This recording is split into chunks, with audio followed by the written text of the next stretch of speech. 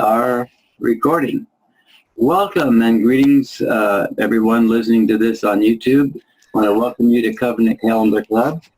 We pray that you will be richly blessed by the words of Yahuwah as it comes out of the mouth of our teachers. And with that being said, we're going to go ahead and before we start, let you know how much we appreciate you watching the videos and give you just a warm shout out and say, Shalom. Shalom, everyone. Shalom. Welcome with us. Hello. Shalom. Glad you're here. And if you'd like to connect with us on the discussions after the teachings, you can go to studythecalendar.com and join right from there. And we would love to have you. With that being said, I'm going to go ahead and turn the screen over to Charlene. Charlene, take it away. Okay, we will do that. I think this is the program that probably everybody's been waiting for, including Tim and myself. So it is Yes. part 6 tonight. We've worked really hard on this 2 months. And so here we are, everybody. This is what we've been waiting for. And, you know, truly, the Song of Joshua Sickle has been a fun study. And it is being given to debunk Enoch. And we all know Enoch was debunked a whole long time ago, but this study tonight is really fun. And I just hope you all enjoy it because we're going to be peeking into the Gospels tonight.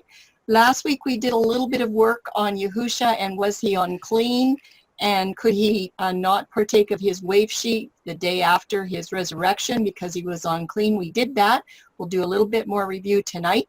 But we are going to look at exposing a gospel counterfeit count with Enoch's wave sheath placement.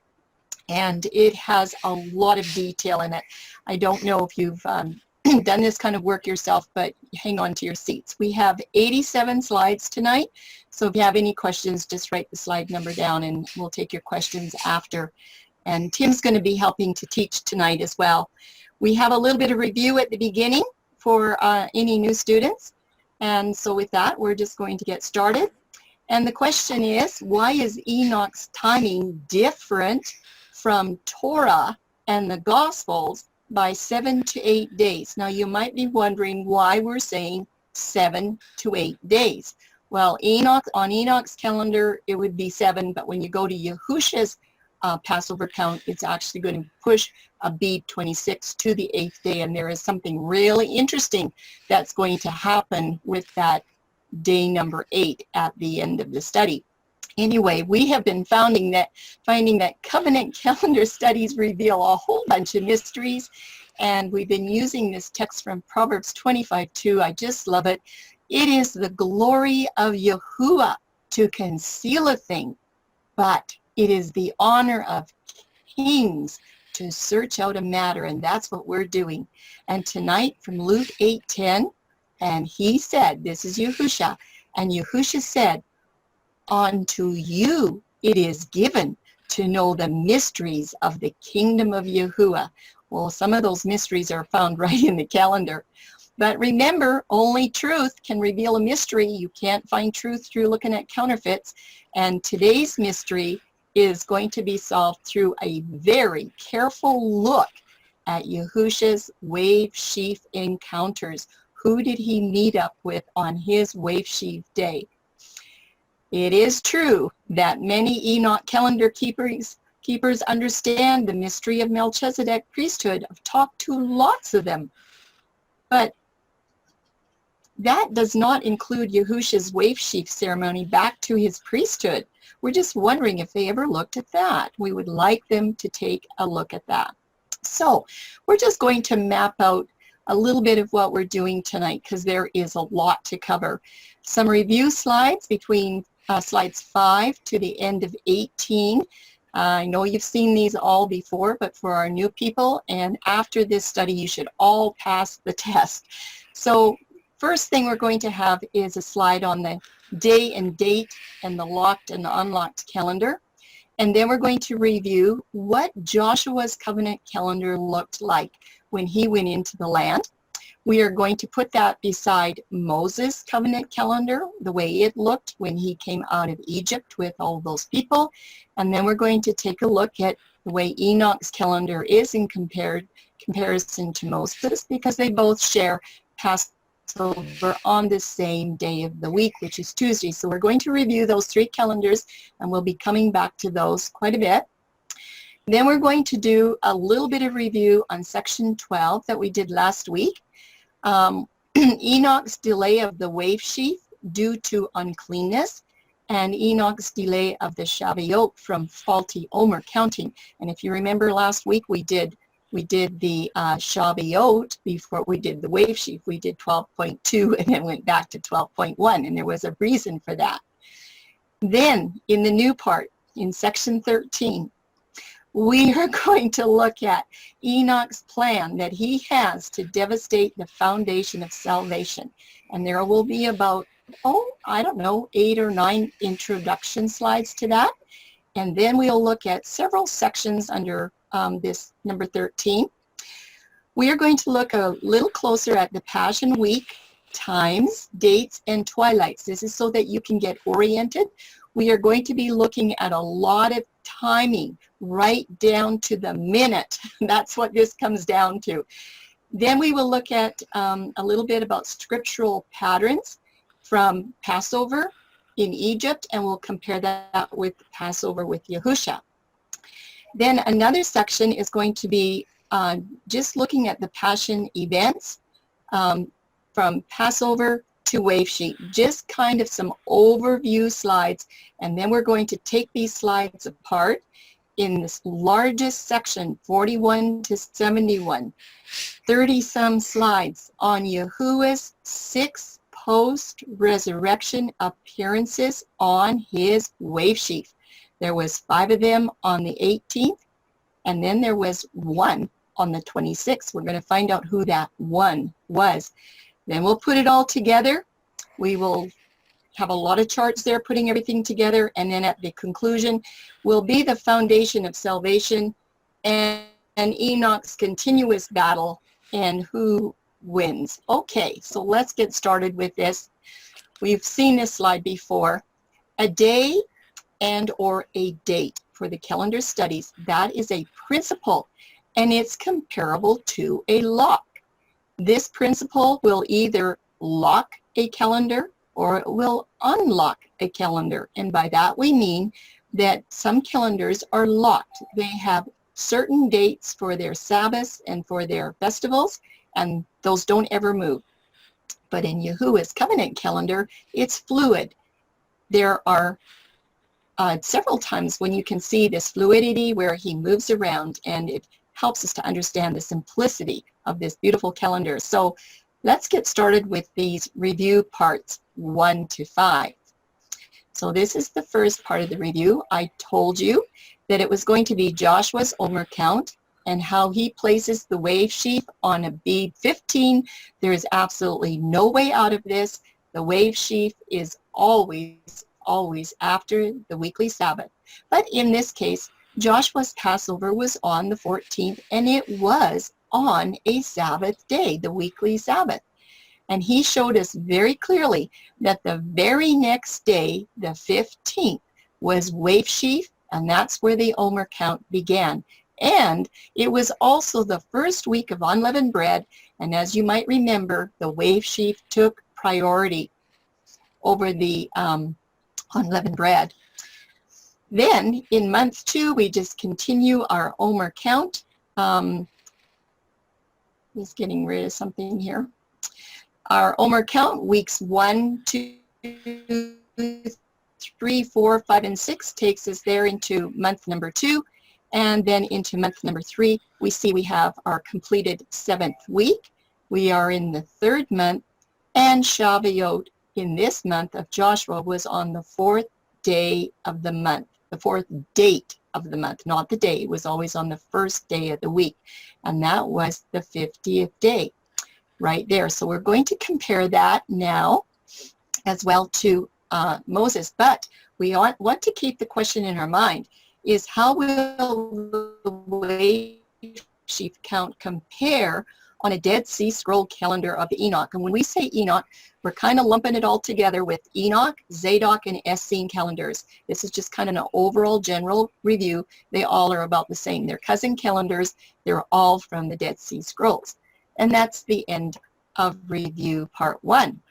So number 2 review is going to be about Yahuwah's 50-day Omer count when they came out of Egypt. This is the calendar that Moses was following that year. It was a Tuesday Passover or a third cycle. From the 15th to the 17th, on the first day of unleavened bread, right to the preparation day, was their journey in the wilderness. And then they had their Red Sea crossing right there all night on Friday night or the 17th. And then on the 19th is when the wave sheaf would have been celebrated had they been celebrating it at that time. And of course, this was the first week of the Omer count. That's where the Omer count started, right there on the 19th. So summary for this first month, there were 15 days in this very first month. In the second month, we have them arriving. This is the people coming out of Egypt. We have them arriving on the 15th day of the month at the wilderness of Sin. And on the 16th is the day that the quail showed up there in the evening. And then the 17th to the 22nd, that was your first manna week. And there they were to gather twice on the 22nd, so they had enough manna for Sabbath the 23rd. And that brings us up to Omer count number 42. We're continuing with this Egypt count into the first week of the third month. And we have from the 1st to the 6th, that is the Omer count 43 to 48 in the third month. And of course, you all know that on that 7th day, it was the 49th day of the Omer count. And now we have 7 completed weeks. And then, of course, we know that the Shavuot is the very next day. It's the 50th day of the Omer count pattern. And this was at Mount Sinai. This is where Moses receives the Book of the Covenant, and we all know that the people accepted Yahuwah's covenant for the 3rd time on this day, and this book was blood ratified, and as well, the people were blood ratified. A lot of activity on that special Shavuot. But we just want to take a time to note that tracking every covenant calendar appointment of Yahuwah from the very first month through to the 2nd month, and then to Shavuot in the 3rd month, brings the calendar count to exactly the 50th day with precision. There's just no way out. It's no guessing whatsoever. The events of Matthew chapters Exodus 19 to 24 are at the Shavuot Pentecost appointed time. Chapter 19 is getting ready the days before, and then of course 20 to 24 is when all those good things happen for the Book of the Covenant. This count is definitely about the reminder of Yahuwah's everlasting instructions for a nation, not just an individual patriarchal family. And that is the end of part 2. Now, let's take a little bit of a review on Enoch's Omer count. And this is going to be from the Dead Sea Scrolls. Here's Enoch's month. It looks very much like the one that Moses had. They always have Passover on the 3rd cycle in most of them. Not all of these calendars do, but most of them do, okay? And then their first fruits, they say it has to be on the 26th, the Sabbath after the Passover festival. And we're just saying this is where one of those calendar keys kind of got thrown out. Well, in Enoch's 2nd month, he carries on and he counts out his weeks. And by the time you get to the 3rd week, you have their 7th ending on the 14th, and their Shavuot is on the 15th day of the month, 7 days later than what Moses had prescribed in his calendar. So on Enoch's calendar, dates and days of Sabbaths and feasts, they never change. They're always the same. And this is what we call a locked calendar. Enoch's Pentecost is always on the 15th day of the third month. And as you remember, there are two reasons for this. I wonder if you remember what they are. So that's the end of the review for Enoch's calendar. But I want you to take note of the third month. Only in context. We have to read this in context. This is where Enoch went astray. It says in verse 1 of chapter 19, in the third month, after the children of Israel came out of the land of Egypt, on this same day, does not say the same date. It says on the same day, they came to the wilderness of Sinai. And this was on the fourth cycle, or the middle day of the week, Wednesday. It is the same 24-hour cycle of the week as the actual exit from Egypt, from Mitzrayim. This exit from Egypt, as you all remember, that first feast of unleavened bread was on the fourth cycle of the week, or what we would say in pagan terms, Wednesday. And that was the day that they entered the wilderness. And it was not the day of Shavuot. Yes, you can see on Moses' calendar that fourth cycle of the week in the third month does not pinpoint the 50th day of the Omer count for Torah. Israel entered the wilderness right there on that fourth day of the month, and it's the same day of the week on both accounts. They left Egypt on a Wednesday or a fourth cycle, and they came into the wilderness of Sinai on the fourth cycle. It was the same day. But Enoch, the context of Exodus 19:1, do you remember? It has nothing to do with the placement of Shavuot. So did you get something wrong? Well, the first reason for Enoch's Abib 26 count and placing this 15th date as Shavuot, we had looked at that last week as well. So once again, there is the exit on the calendar of Moses that year, the covenant calendar. This is just some review so that you don't forget. And they entered in on the same day, but it wasn't the 15th when they entered in. This is Enoch's count. There you have your 15th day of the first month, and he's linking Exodus 19:1 to the 15th date of the third month. Of course, that was a first cycle of the week or a Sunday. Well, on the covenant calendar, it was the same day, but on Enoch's calendar, the 15th is the same date, but it's a different day. So Enoch, you just did not pay any attention to the context of Exodus 19:1, and you got detoured by the date of the 15th from month 1. You weren't paying attention. So Tim is going to help me with this slide. In the year of the Exodus, both the covenant calendar and Enoch's calendar celebrate Passover on the third cycle, which is a Tuesday of the week. Yahuwah's 50-day Omer count ends at the 8th day of the third month, not the 15th day as what Enoch demands. There is a difference. Why does Enoch declare the 50th day of their Omer has to be on the 15th day of the third month, exactly 1 week late? Why is that? This is the end of the review, number 3. Here's review number 4. The Enoch Shavuot count, it's 50. But whose 50 is it? This Shavuot count directly links to an incorrect date for the wave sheaf. So as he does count 50 days, why is it incorrect? The second reason for Enoch's non-scriptural Abib 26 count, Yahusha needed 7 days to be cleansed. Notice the question marks. Why is that? Who would say that he needed to be cleansed?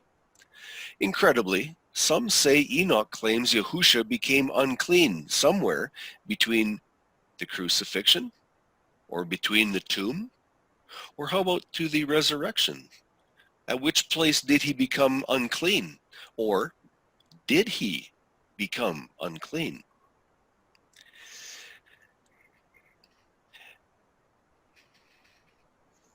If Yahusha was not clean, could he take our filthy sins to the stake? And I'd like to take this back to the Passover lamb that was slain in Egypt. If that Passover lamb that was demanded upon statute to be flawless, if it had been brought in with a bum leg or some other problem, and it was slain for the Passover, would that blood have been able to save the people after the blood was put on the door? And so it is with Yahusha. If Yahusha had been stained or had sinned in some way, could he take our sins for us and take away our sins? Could he? Or would that have been a shame? Yahusha was not laid in a filthy tomb, was he? Did he become unclean in this resting place? There's more information that's going to be coming about that in the future. Did Yahusha's body see putrefaction?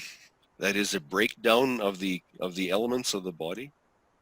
Did he not rise in the purest form of spotlessness according to the Psalms prophecy?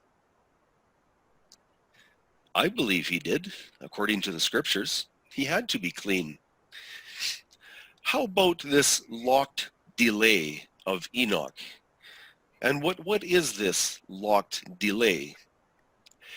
Any claim that Yahusha was being rendered unclean from touching or being a dead body then moves to the next problem after Yahusha's Sabbath resurrection. How could Yahusha present an unclean offering for his wave sheaf ascension the next day? Does Enoch delay this important antitype wave sheaf festival 1 full week after the resurrection to Abib 26th to satisfy the Dead Sea Scroll locked calendar? And does Enoch attribute the ascension that we read about in John 20:17? Does he just declare that as a cordial visit to heaven, to the Father? Did he just want to go and say hi, or was there a reason why he ascended on the day after his resurrection? The conclusion of the issue of uncleanness. Yahusha never became unclean, but whoever he interacted with became clean, and he was clean for his wave sheaf offering. He was clean and nothing short of it. Otherwise, we would not have a Mashiach. That is the end of review number 4. Thank you, Tim. And we're going to have you back in just a couple of slides. So that's a little bit of our review tonight. We're going to get started in section 13. And basically, Enoch devastates the foundation of salvation. And I hope you all remember what that is. But he absolutely does. By the time you get done with Enoch, you have no Messiah left. So where was Yahusha? Where was he between his resurrection and Enoch's wave sheaf of Abib 26?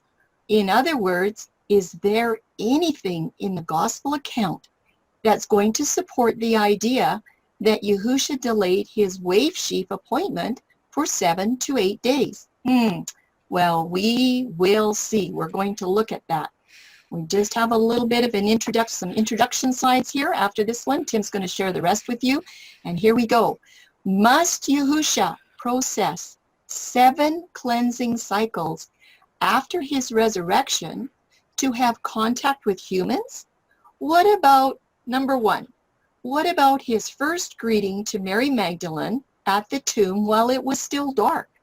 And what about number 2, his next greeting with the other women after sunrise on the first cycle of the week? Well, Tim has some questions for you. Enoch, why would Yahusha return to the tomb on Abib 26, minutes before dawn, to greet Mary Magdalene when he had been raised and living a week earlier? Did he have something to conceal? Here is, oh, Sorry. good, no problem.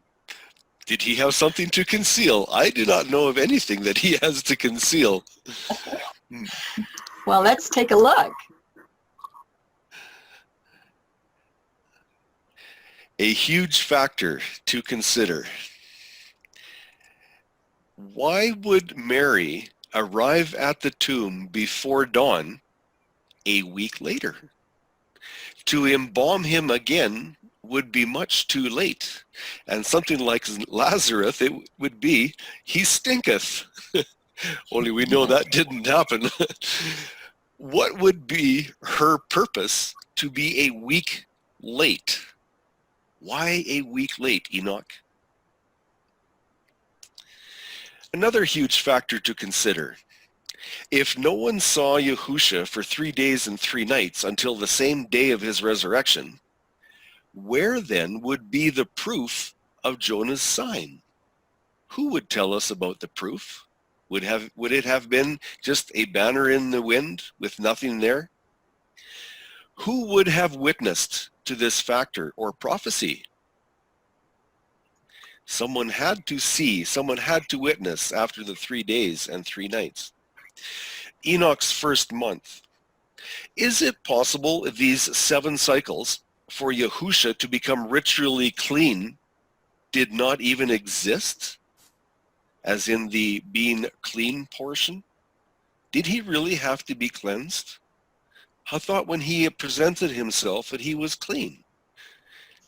We need some answers, Enoch. Was or is there a reason to suppress knowledge of these 7 undocumented cycles? Where is Enoch's documentation of this week?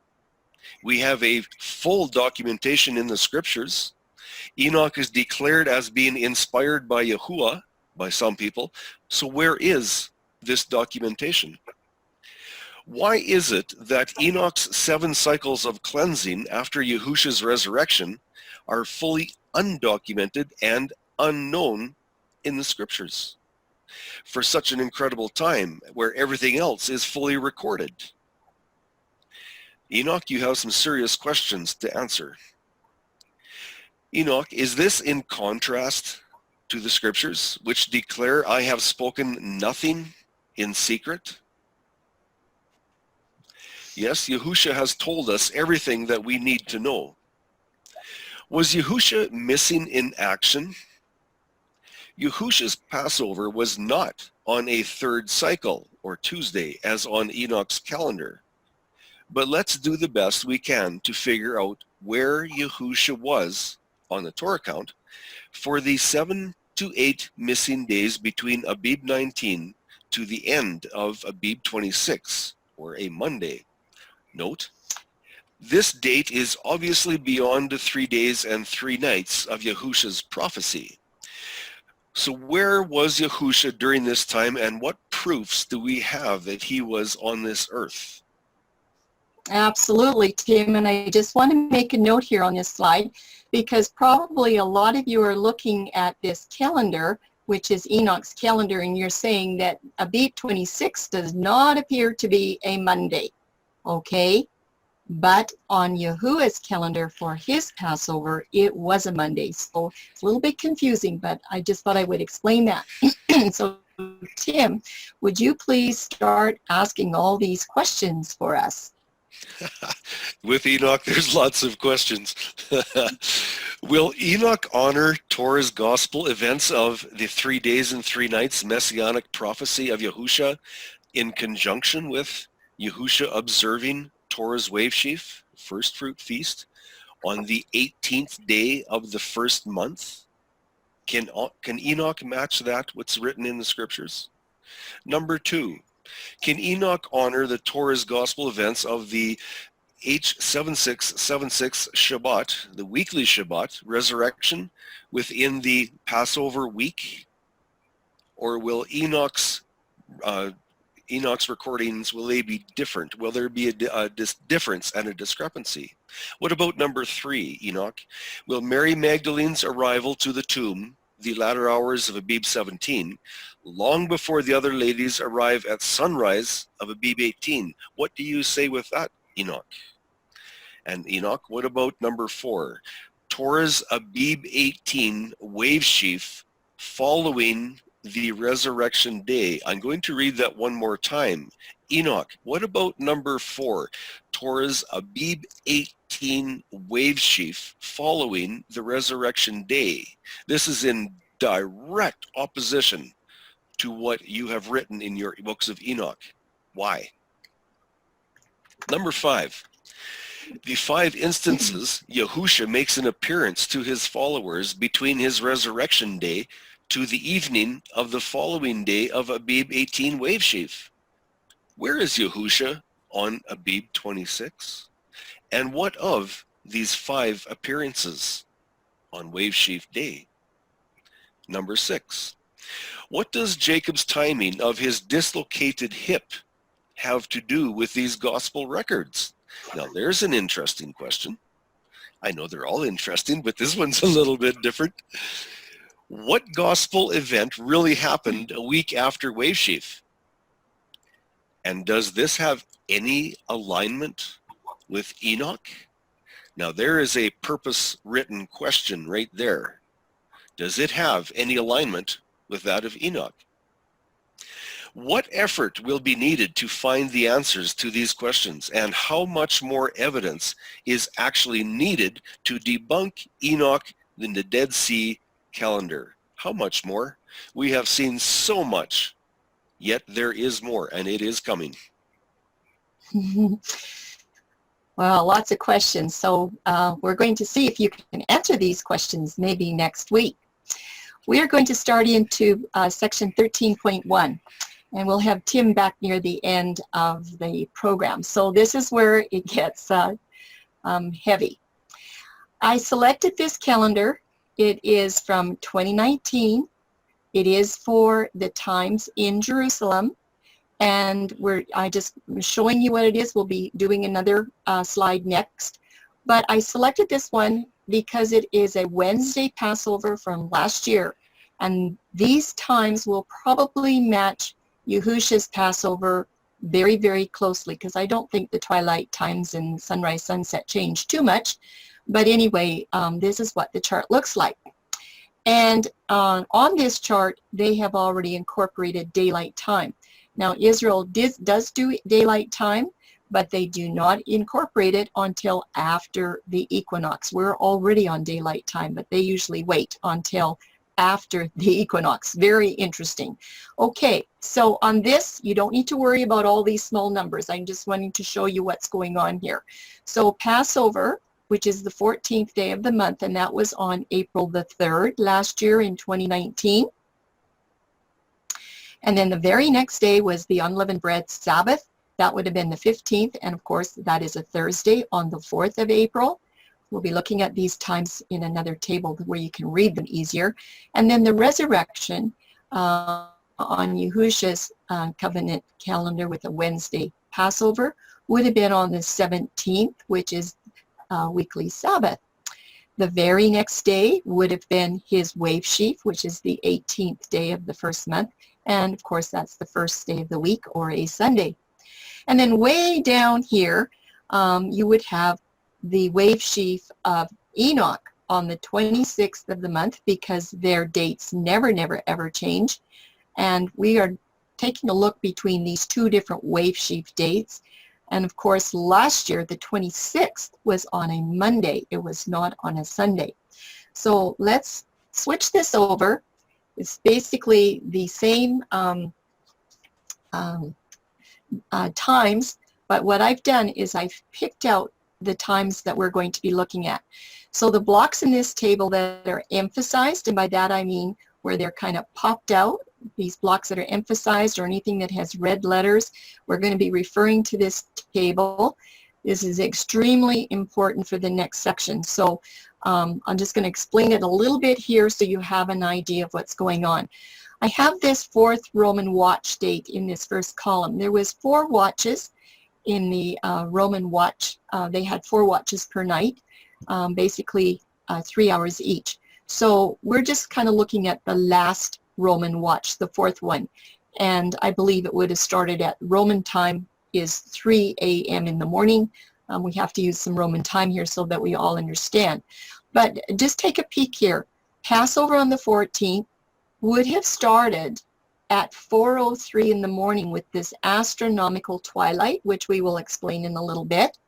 They had a sunrise that morning of 5:25. Their sunset was 5:59 in the evening. Okay. The end of their Passover, the day end, not the Passover day, the day end, the end of the day season would have been around 7:22 at night. Unleavened bread, the twilight, it would have started on unleavened bread at 4:01 in the morning. Okay, so that's an important time right there. We will need to know that time. The preparation day for the 16th, I put them in here. We're not really going to use them. And the Sabbath resurrection, we're not really going to use it too much right now. But the wave sheaf festival started with the astronomical twilight at 3:57 in the morning. Okay, it's pitch dark until this happens, this first light. Look at this, everyone. Sunrise was not until 5:20. This is what, an hour and 23 minutes later. That's important. Sunset was around 6:02. Oh yes, that Passover sunset is important. Sunset around 6 o'clock at night, okay? And for wave sheaf, the day season ends around 7:25 at night when it starts to become dark. But Enoch, we have him on here too. You can see that his astronomical twilight is now beginning a week later. It's 3:46 instead of 3:57, okay? And his sunrise is at 5:11. There's quite a bit of difference because you have a week that's gone by. We'll come back to this chart here in a little bit. All the times that are listed on this chart are according to Roman midnight time reckoning so that we can all be on the same page. And I have adjusted all of the times so that there is no daylight savings time, okay? So Passover astronomical twilight would have said 5:03. I've backed it up an hour to take off the daylight savings time. The astronomical twilight in the morning, this column right here, the astronomical twilight, this is what starts your Boker hours, and that is the official end of the previous day, and it's the official beginning of your new day start and the new day season, okay? And the night following the astronomical evening, or the Erev twilight, is the official end of the day season. So your astronomical twilight in this column, all these times, when that astronomical twilight is over, then it ushers in the night season. But can this Boker astronomical twilight be detected without an additional optical device? Now by that we mean, can you see this with the naked eye? We have two ways to look at this, taking a closer look at twilight categories. Sort of a flatter scale. We have our civil dawn dusk is going to be in this pink color, and I'm going to throw in some of these places, this very outside shadow, this very light shadow, that is your civil dawn dusk twilight, whether it's in the morning or in the evening. The nautical dawn dusk is going to be the next one in the purple section, these purple sections. We're going to look at this a little closer. And then astronomical dawn dusk twilight is right there beside the night season. So in this section here, this is where you have your night season, no light whatsoever from the sun. Over here is your day season with your sun. On this particular one, the moon is there as well. So we know that all of these twilight components that we've talked about, they all belong to the day season because they have light from the sun. So there are some definitions for these three recognized times of twilight. I just want to go through them with you so you understand this. This astronomical twilight is when the sun is 12 to 18 degrees below the horizon. And this begins when there is any brightening of the sky by the sun in the Boker in the morning, or when that Erev sun leaves completely, okay? But if you have any lights around, you might not see this astronomical twilight. You'd have to really be watching for it. Nautical is 6 to 12 degrees below, and this is when a lookout on a vessel at sea can first see other ships with their naked eye. And then, of course, the civil twilight is going to start when there's enough natural light for people to see what they're doing outdoors without the aid of a flashlight or a street light or anything like that. All three of these stages are visible to the naked eye, and they are defined by naked eye observations. But you have to know that city lights could make it very, very difficult to detect the astronomical twilight, okay? Because that will overtake the astronomical light. So here's our same little chart. We will just go through this a little bit more so that you can understand. There's your astronomical dusk. It is approximately 18 degrees with the sun below the horizon. Then the nautical dawn comes along about 6 degrees later, right there. And then, of course, you all know that the civil dawn dusk is going to be between 0 and 6 degrees when the sun is below the horizon. These are all considered, all of these have light from the sun, so they are part of the day season. Even though it looks like on this chart they belong to the night, they are all belonging to the day season. It's only the night season that has no light from the sun. So I just want you to remember this, because we're going to be working with astronomical twilights quite a bit in this study. But there are some puzzles in scriptural patterns, and we just want to go through a little bit to give you some background. What do patterns have to do with Enoch and other cousin calendars from the Dead Sea Scrolls? If indeed the claim of Enoch calendar supporters is true, that Yahusha was unclean and he could not celebrate his wave sheaf until many days later, about 7 to 8, the question is, will the gospel testimonies debunk that theory?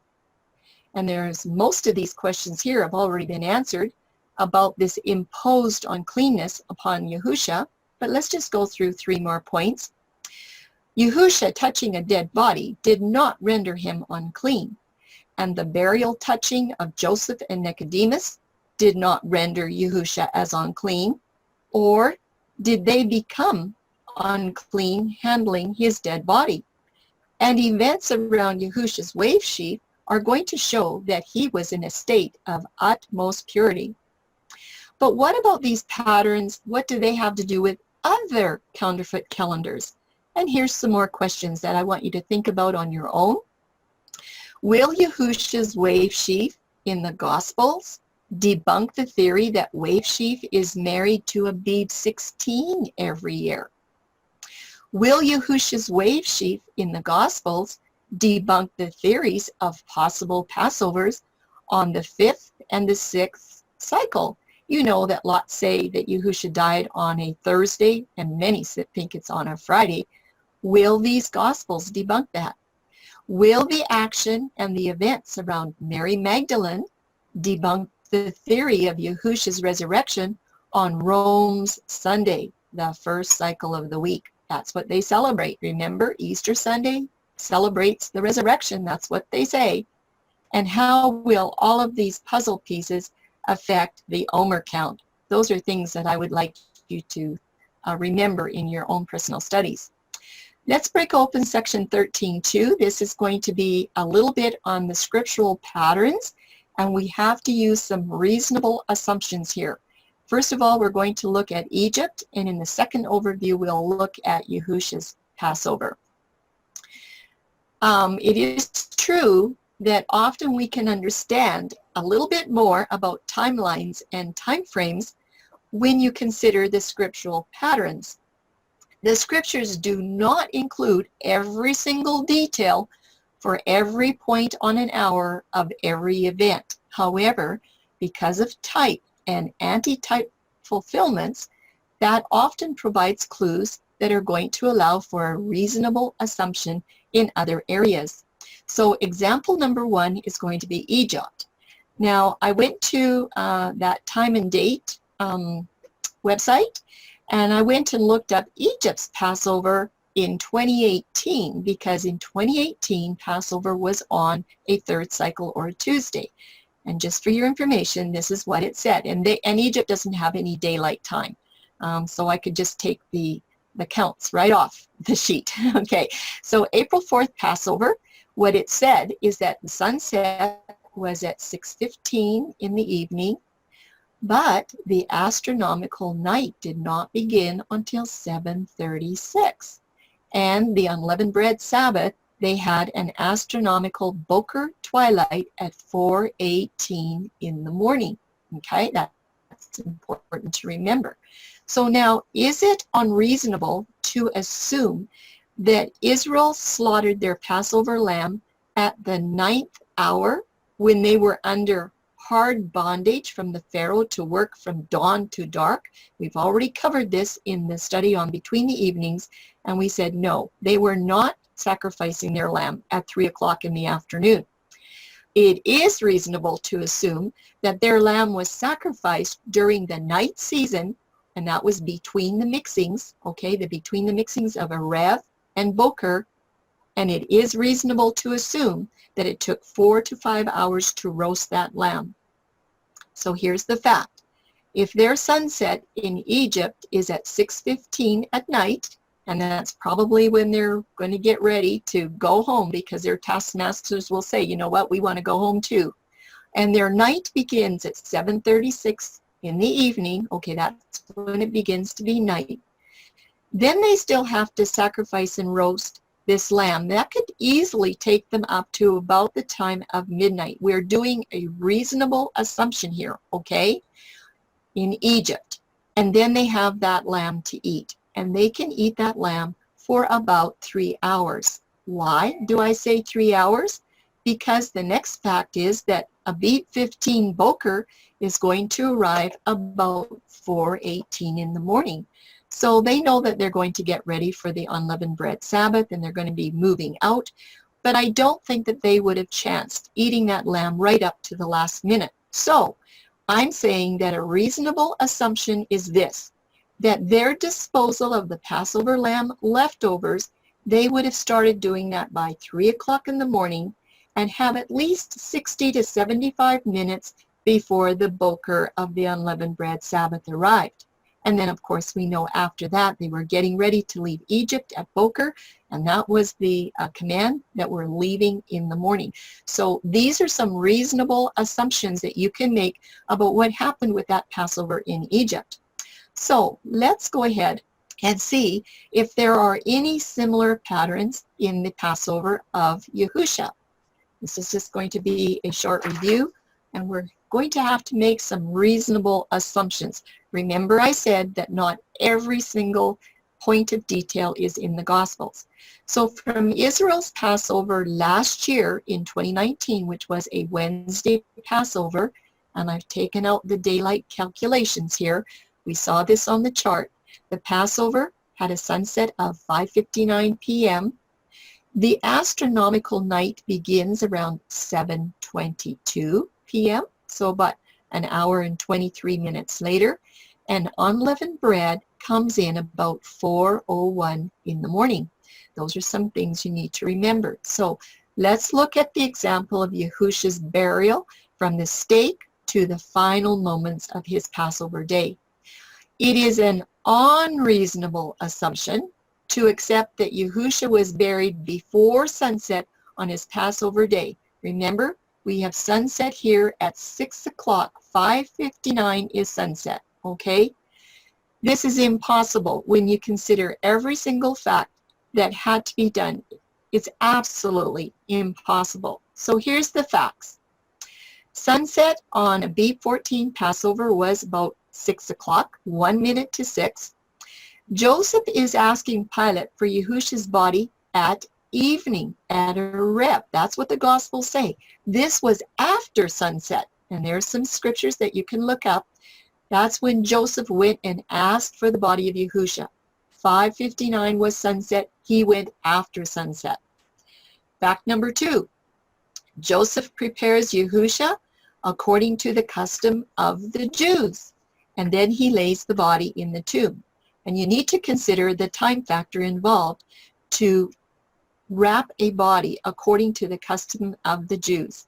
Most likely this was many, many hours of passionate labor, and I bet they were working together, him and Nicodemus, trying their very best to get this job done before Boker, because they knew that the Exodus 12 was the type that said that that lamb had to be out of sight. Fact number 3, after they had all of their wrapping done of Yahusha, the women come along to inspect to see if this is a proper burial, and just to make sure that everything is just done up really nice for the end of the Passover day. And it does say in Luke 23 that the unleavened bread Sabbath was drawing on. It was beginning to be light, or epiphosko. Number 4 fact, Abib 15, unleavened bread Boker is at 4:01 in the morning. So a reasonable assumption is that the inspection and the closing of the tomb may have ended around 3 o'clock in the morning, because I'm sure that they were going to respect that soon coming unleavened bread Sabbath that was coming within an hour. They knew that they didn't have a lot of time left, and I'm sure that they wouldn't be there right up to the last minute. Is it reasonable to assume that this pattern is similar to the one that we saw in Exodus 12? Well, I think it is. We want to do just a really short overview section for this 3 days and 3 nights. In this next section, we're going to be looking at night and dawn and sunrise. We'll be looking at twilights as well. We're going to establish with considerable detail events between when the women visited the tomb at Yahusha's burial, okay, that was right before Epiphosko, and then the very next time that they returned to the tomb, okay? But the astronomical dawn-twilight timing in this particular instance is of utmost importance. This is where we're going to get down to the minute. So there is a question. Will these next events that we're going to show you occur 7 days after Yahusha's resurrection, as suggested by Enoch's theory? That's what we're going to be looking for. Okay, we're going to have about 3 overview slides to show you kind of what is coming so that you'll understand how these charts are going to work. First of all, there will be bars that separate each day of the week. And some of these tables, Passover day, you'll see I've divided it into 8 sections. So that means every one of these blocks is equal to 3 hours. Okay, 3 times 8 is 24 hours. Some of them I haven't divided that much. Okay, you can see unleavened bread Sabbath, I've divided it into 4 sections, so each section would be 6 hours. And you can see I've got the Boker right there by the bars where you start the new day, and then it's night right up into the next bar on all of them. Wave sheaf is divided into 8 sections. There's a lot of activity on this wave sheaf day. So this is just an overview right now. We all know that at the 3rd hour on Yahusha's Passover that he was put on the cross. It tells us that in Mark 15:25, and it was the 3rd hour and they crucified him. Well, Matthew and Luke tell you the same thing. And we know that from noon until the 9th hour it became dark. I didn't put anything there, but that's why you see that this particular section in the chart is dark. At the 9th hour is when Yahusha cries and he gives up the Ruach, cried with a loud voice. Mark 15:37 says Yahusha cried with a loud voice and gave up the Ruach. John 19:30 says it is finished, or it is completed. And Luke 23:46, Yahusha said, Father, into your hands I commend my spirit. That was at the 9th hour. Next, we have to count out 3 days and 3 nights. Basically, there you have your first day of unleavened bread. Your second day would be on Friday, the preparation day. Excuse me. And then your third day will be the Sabbath, the 17th of Abib. So there's your 3 days and 3 nights. But this Sabbath day, this is where the resurrection actually occurred, on the 7th-day Sabbath. And in Mark, the angel said, when the women came to the tomb, he is not here. He is risen. He's not here. Go and meet him. He told you what to do. I want you to remember 3:57 in the morning at the end of the Sabbath day is Boker. 3:57 is when the wave sheaf day begins. I'll have this up on all of the charts. And just a note, Enoch cannot, and he does not agree to these events so far. Why? Because his calendar has Passover on a 3rd cycle, a Tuesday, every single year. So he's not going to have 3 days and 3 nights to get to a Sabbath resurrection. That's going to count to 4. So that's another problem that Enoch has. We have another slide of an overview. This particular slide, I want to show you that we're going to be working with a time span from the time of Yahusha's death on the cross all the way up to the end, from the 9th hour, okay? And we know that it was after sunset when Joseph went to ask Pilate for the body. Then he still had to take the body down. And oh, by the way, he actually went and bought some linen at the same time. It says in Mark 15:42 and 43, and we really need to read this. And now when the even was come, and Mark gives us very, very definite definitions for even. It is after the sun is set. It's not in the afternoon. He says when the even was come, because it was the preparation, okay, this is the preparation day, Passover, and it's the day before it's actually the high Sabbath. John tells us it's the high Sabbath, and it goes on to say, Joseph of Arimathea, who was an honorable counselor, and he also was waiting for the kingdom of Elohim, he came and went in boldly unto Pilate and craved the body of Yahusha. So it was definitely after sunset, and Yahusha's not even off the cross yet. Then at the end of Passover, right at the end, the women come to inspect how they have buried him and how they have wrapped him to make sure it's good enough. And they get ready, everybody gets ready to leave just before the Boker of unleavened bread Sabbath. But you know, we have a lot of questions. Were any of these men or women unclean from touching Yahusha's dead body or being in this tomb? Remember, we learned last week that if you went into a tomb or even went into a cemetery, automatically you were unclean. There was no discussion. And you had to be cleansed by the ashes of the red heifer. This is the 3rd slide of our overview, and then we're going to get into details. This time we're going to look at the visits of Mary Magdalene to the tomb of Yahusha. There are several women mentioned in these events, but Mary Magdalene, she's spoken of the absolute most, even more than any of the disciples. So we're going to look at Mary Magdalene and her inspection of the tomb at the 4th cycle, right here, just before Boker, okay? And then there's a timeline of 3 days until Mary arrives back at the tomb at the end of the 7th cycle. That would be on Sabbath, at the end of, near the end of Sabbath.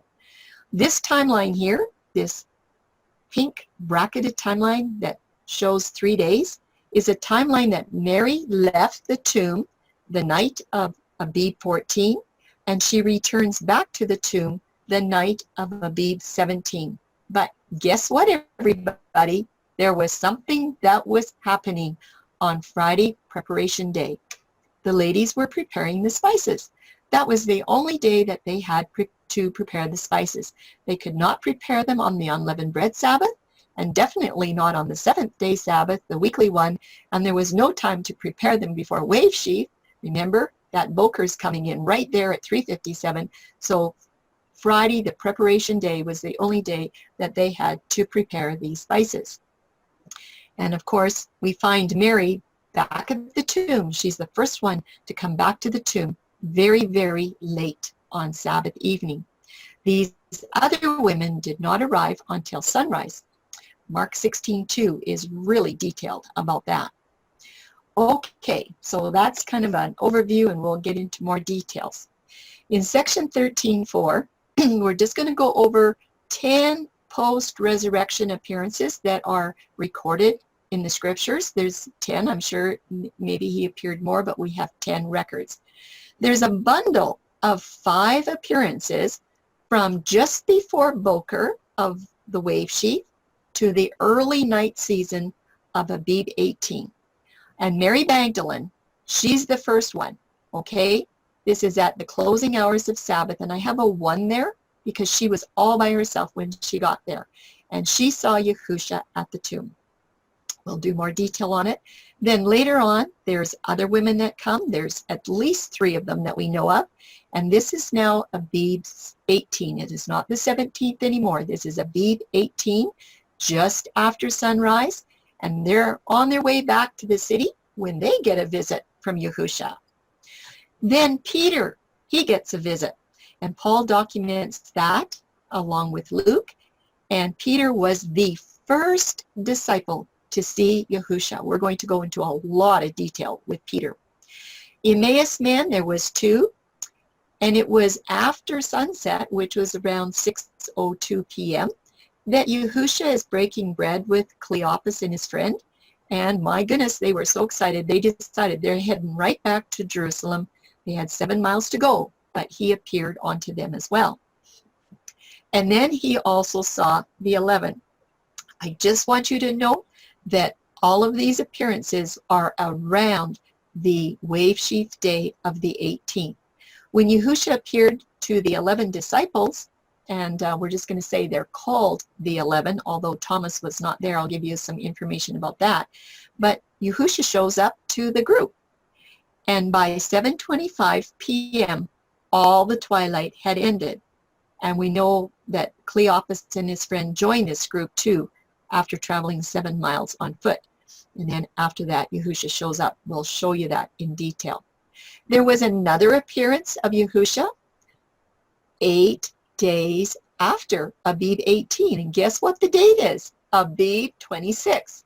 This is where Yahusha appears to all 11 disciples, and this time Thomas is with the group. There are also 4 additional appearances up to the 40th day of the Omer count. We're not going to do this tonight, but at the Sea of Galilee, there were 7 disciples that saw Yahusha when they were having their morning fishing trip. And then at the Galilee mountain, there were disciples and a large gathering of over 500 people that met Yahusha. There was also a visit to Brother James, who happened to be a skeptic. Remember, he actually converted. And then, of course, the 40th day in Jerusalem, there was a great commission to the 11 disciples before Yahusha's second ascension. But this study tonight is going to just concentrate on the first 6 appearances of Yahusha. This is an overview for what's coming next. There are several post-resurrection appearances, and they're all only a few hours apart. There is a group of women. First of all, we have Mary Magdalene. She was the first. She got there before Boker of wave sheaf. And then after sunrise, there was another group of women. They came with spices. Mary Magdalene, no record that she came with spices. I believe that she knew that Yahusha was going to resurrect. The women came with their spices. And then after that, there is going to be this little section on Peter, who was seen first. I'm going to go into quite a bit of detail about Peter, and then also this Emmaus road with Cleopas and his friend when they were heading home and they met up with Yahusha. And then there is going to be another resurrection appearance where Yahusha meets up with 10 of the disciples. They're called the 11, but Thomas happens to be missing. Okay, so now we're ready to get into some details here. But the question is, did these events, these 5 events right here, occur on the wave sheaf of Yahusha or on the wave sheaf of Enoch? That is what our question is. So, an introduction to Yahusha's first appearance. This is going to be on Abib 17, This is still the weekly Sabbath. I just would like you to note this little marker right here is going to address the approximate time of Yahusha's first appearance. It's hard to put all of this on a chart when everything is down to the minute, but anyway, that squiggly line is approximately, okay? Mary has arrived at the tomb early in the morning and it was still dark. This is according to midnight reckoning of time for Rome. And you know very well that she was looking for her master. She found that the tomb was empty. In John 20:17, she said, Yahusha says to her, "Don't touch me." When she actually found out it was him, he said, "Don't touch me, for I am not yet ascended to my Father for the wave sheep." She just was so happy to see him. She thought that he was missing. This is just an overview. We're going to go into a lot of detail. Enoch declares, though, that Yahusha's wave sheep ascension was on Abib 26, not Abib 18. He's saying it was a week after his resurrection. But Mark 16:6 says the angel declares that Yahusha is risen from death. And Mark 16:9, which is only 3 verses later, Yahusha appears to Mary Magdalene, just before Boker of wave sheep on that first cycle of the week.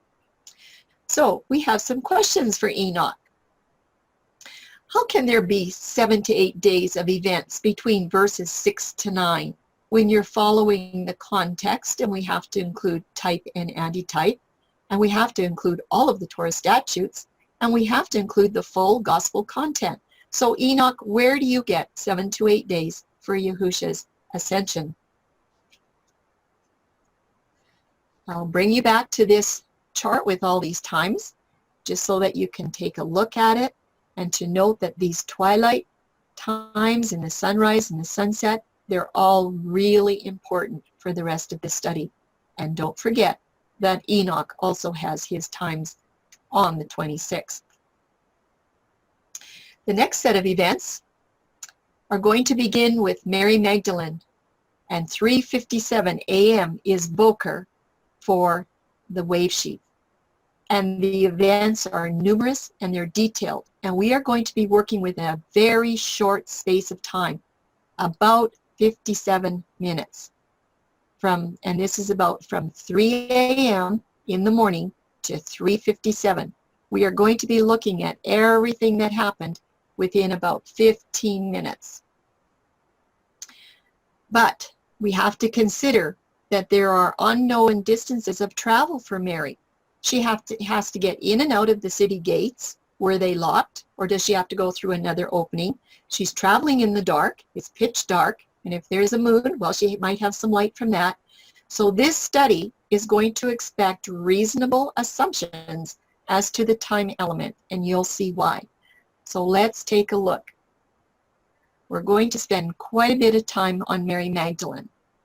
This is from about 3 a.m. in the morning. That would be about the changing of the guard, but when she got there, they weren't walking around, were they? They were all struck down. And this is definitely before Boker of wave sheep. We need to be aware of every activity, and we need to be aware of the time frame that's needed in each case. So I'm going to give you some suggestions, okay? I'm just putting myself into Mary's shoes to see what would happen if I were there. How would the clock be ticking by? So Mary arrives at the tomb. It's still dark. The Roman fourth watch is around 3 a.m. in the morning, so that is about the time frame that we're looking at. Here are the questions that you need to consider for what's coming up on these slides. How easy would it be to get passage through the locked gates of Jerusalem? And how much time do you think Mary would have needed for that? How far would John's lodging be from the garden tomb? Would it be at least a mile or 1.5 kilometers, or is it further than that, or is it less? A mile. And how much time would be consumed to accomplish these 8 points below? Maybe 40 or 45 minutes. And I'm going to list them by detail. Mary Magdalene arrived at the tomb while it was still dark. This is Sabbath night, and the guards are all struck down, so I'm saying this is probably about 3 o'clock in the morning. This is about 3 cycles from when she was at the tomb the last time. And the question is, did she become unclean from being in the tomb on the 14th? And now she's coming back to this area. Is she only going to add to her uncleanness on this return? I'm wondering if she was wondering about that. Well, Mary saw the stone rolled away, but she did not look inside. So could it be about 3:05? She returned to the city to report to Peter and John that the body was stolen. And I'm saying maybe she needed 15 minutes to make this trip from where she was at the tomb to get to where Peter and John were. If this is approximately a mile, I'm sure she would have needed to have at least 15 minutes to make that trip. Peter and John run to the tomb, and they discover not much more than what she had. But what's the factor? Do they need about 15 minutes to get to the tomb as well, to get back? Could it be about 3:35 in the morning? Do you remember what Boker is? Well, John comes and he looks inside. He sees all the linens lying there, but he didn't go inside. Peter is the one that went inside, and he saw the linens with the napkin all by itself. And then John comes back, and he goes inside. And this is what the book of John says. He sees and believes, but not Peter. Peter doesn't believe, he just sees. But it also says in John that John, he didn't understand, but he did believe. Well, they didn't see anything, so Peter and John returned to their home, and likely this is where Yahusha's mother Mary is staying. And I'm just wondering, by the time they did all of that, do you think that this would have been about 3:45 in the morning? Is that a reasonable assumption? Well, let's just take a look. Let's just assume that about 3:50 a.m., okay, it's still dark. This is before Boker of the wave sheet. We're going to follow this and just remember that the Boker is at 3:57. Do we have 7 minutes left? Is that a reasonable assumption? Mary's lingering outside the tomb and she's weeping. And then she stoops down and she looks into the tomb. Could this be about 3:50 a.m.? And then she sees 2 angels, one at the head and one at the foot, at the head and the foot where Yahusha was laying. Do you think it could be 3:52 where they're looking around? Remember, it's dark. And the angels ask Mary why she is weeping, and she's asking, where is her master? And then she turns around and she sees Yahusha, but she doesn't recognize him. Do you think this could be another minute, 3:53 a.m.? And he asks her why she is weeping. And assuming he is the gardener, she asks him again, where is her master? And she will take him away. Do you think another minute could have gone by? I'm just wondering. The time is slipping by. And we need to remember that 3:57 is Boker. It is approaching. What happens at 3:57 Boker? So let's pick up from Mary about 3:55. It's still dark, okay? Yahusha calls her name and she recognizes him. And I'm saying this could be about 3:55 in the morning. And then Yahusha instructs Mary not to cling to him. That's what she wanted to do. She went to grab him as soon as she recognized his voice. And he said, don't cling to me, because I have not ascended heavenward. Why? He has to remain in a pure state until his first fruit presentation. When does Yahusha have to be ready to present his wave sheaf? How about by around Boker at 3:57 a.m.? Remember, sunrise is at 5:20, and that's when the women are going to arrive with their spices, and that's only an hour and 23 minutes away. That is the window of time to observe the Boker wave sheaf statue. From 3:57 to 5:20 is Boker. Well, let's look at some events of another daybreak that was approaching. Let's look at Jacob. It says in Genesis 32, and Jacob was left alone, and there wrestled a man with him until the breaking of the day. And when he saw that he prevailed not against him, he touched the hollow of his thigh, and the hollow of Jacob's thigh was out of joint as he wrestled with him. And who said?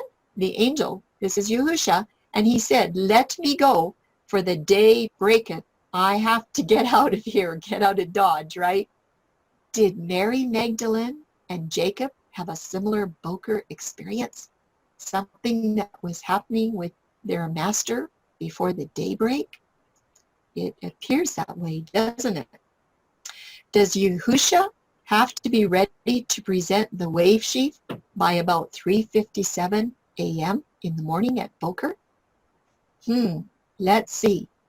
Let's get to the conclusion for Mary Magdalene. Because now Boker twilight has come. It is 3:57, and according to the charts, that would be wave sheaf. That's where the wave sheaf day begins.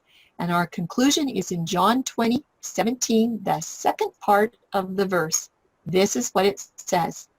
Yahusha instructs Mary to tell the brethren that he is ascending to his Father for the wave sheaf presentation. And this could be about 3:56, about 1 minute to Boker when he gave her those instructions. And that's exactly what Mary does. She leaves to tell the disciples. But guess what? Most of the disciples did not believe. It tells us that in Mark 16:11. Don't forget, sunrise is at 5:20 in the morning when the other women are going to arrive with their spices. This is 1 hour and 23 minutes later. If Mary leaves around 4 o'clock in the morning to go tell Peter and John and all the other disciples, she's not even going to meet up with these other women. There is absolutely no indication in the gospel account that she's ever at the tomb with the other women. She's on her own. So let's look at a summary on this very first resurrection witness with Mary. I will have a summary chart for every witness, okay? So John 20 verse 1 tells us very clearly it was on the first of the week when Mary Magdalene came early and it was yet dark. We know this is Roman reckoning of time.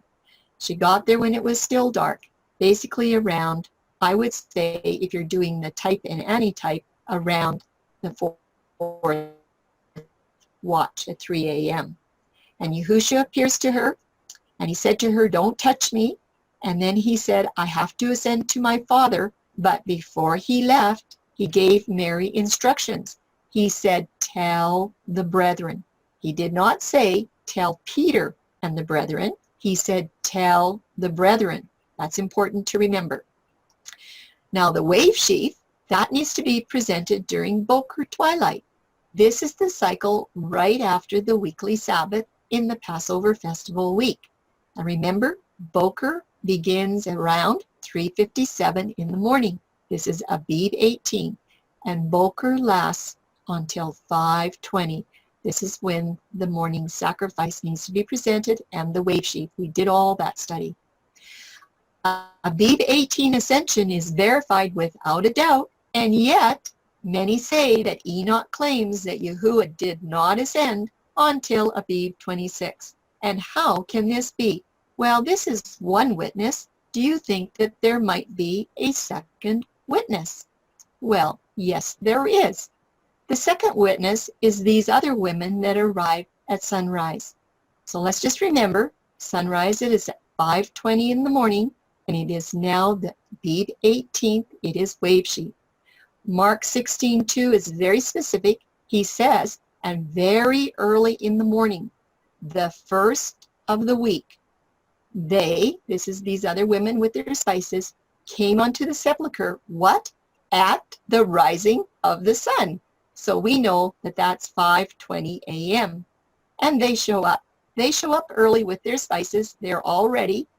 And they say, who's going to roll away the stone? And when they look, they see the stone is rolled away. And they also encounter several angels, and they all have a message that Yahusha was risen. And these women were instructed by the angels to go tell the disciples and Peter. Got to take note. And Peter.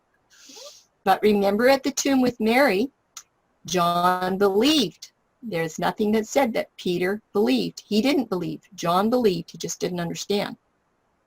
So the women left quickly. It says that they were trembling, they were fearful, and yet they were amazed. And they didn't say anything to anyone, and they did run to bring the disciples word, just like they were told to do. And here's a word to Enoch. Is this witness? In this witness, there is still no indication about the date or the day being changed from Abib 18 to another date. We see nothing here at all. Well, Enoch, what are you going to do? Let's continue on with the other women in their encounter now with Yahusha. They came along Yahusha. It says, and as they, this is the women with spices, as they went to tell his disciples and Peter, behold, Yahusha met them, saying, all hail. And then in verse 9 it continues, and they came and held him by the feet, and they worshipped him. Oh my, they were so happy. So this wave sheep command has obviously been fulfilled on Abib 18. Yahusha, what did he do? He gave his first fruit offering, and then he came back. But what does Yahusha also do? He commissions them to go and tell the disciples that he is risen, just like the angels said. And as they were going, they saw some of the Roman guard that were entering the city. And a reasonable assumption is that none of those Roman guard came back to consciousness until all the activity around that tomb was over. And why do we say that? Because you know it, the Roman guard had nothing to report. They weren't there to see. They didn't have their eyes open. They were laying there like dead men. And so a very tall tale had to be invented. And of course, they accepted a bribe. So the time could be about 6 o'clock in the morning. I'm just saying it could be around 6 o'clock. And it is definitely the 18th of Abib. It is the wave sheaf day. Yet, Enoch claims that wave sheaf is on Abib 26. This is two witnesses. What does Enoch have to say? I'm just wondering, is there a third witness? Well, we'll see. Let's do a summary of our resurrection witness number 2 with these other women. We know that Mary was there first, okay, and she saw Yahusha right before Boker, okay? And then the very next thing that happened is that these women come along at sunrise, at the rising of the sun, and Yahusha meets up with them, and he tells them to go and tell the disciples and Peter, and this is after the sunrise. But the question is, when does Peter actually find out? That is an interesting question. A little closer look with Mary and the other women.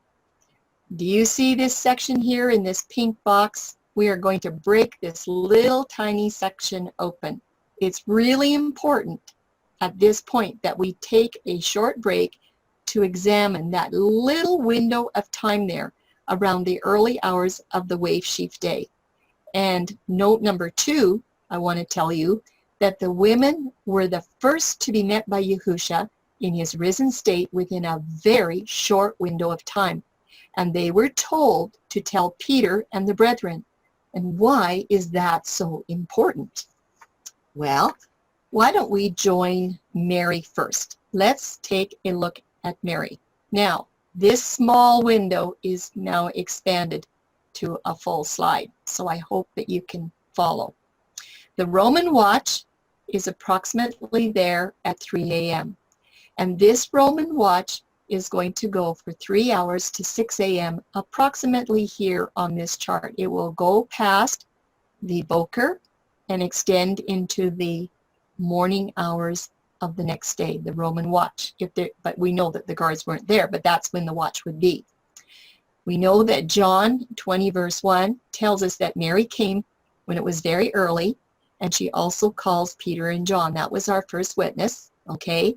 And John believed, but Peter didn't. Remember, they came to the tomb, and then they left, and Mary meets Yahusha. And what does Yahusha say? Say to them, I am ascended. I am ascending. Right now, it's Boker. I have to go.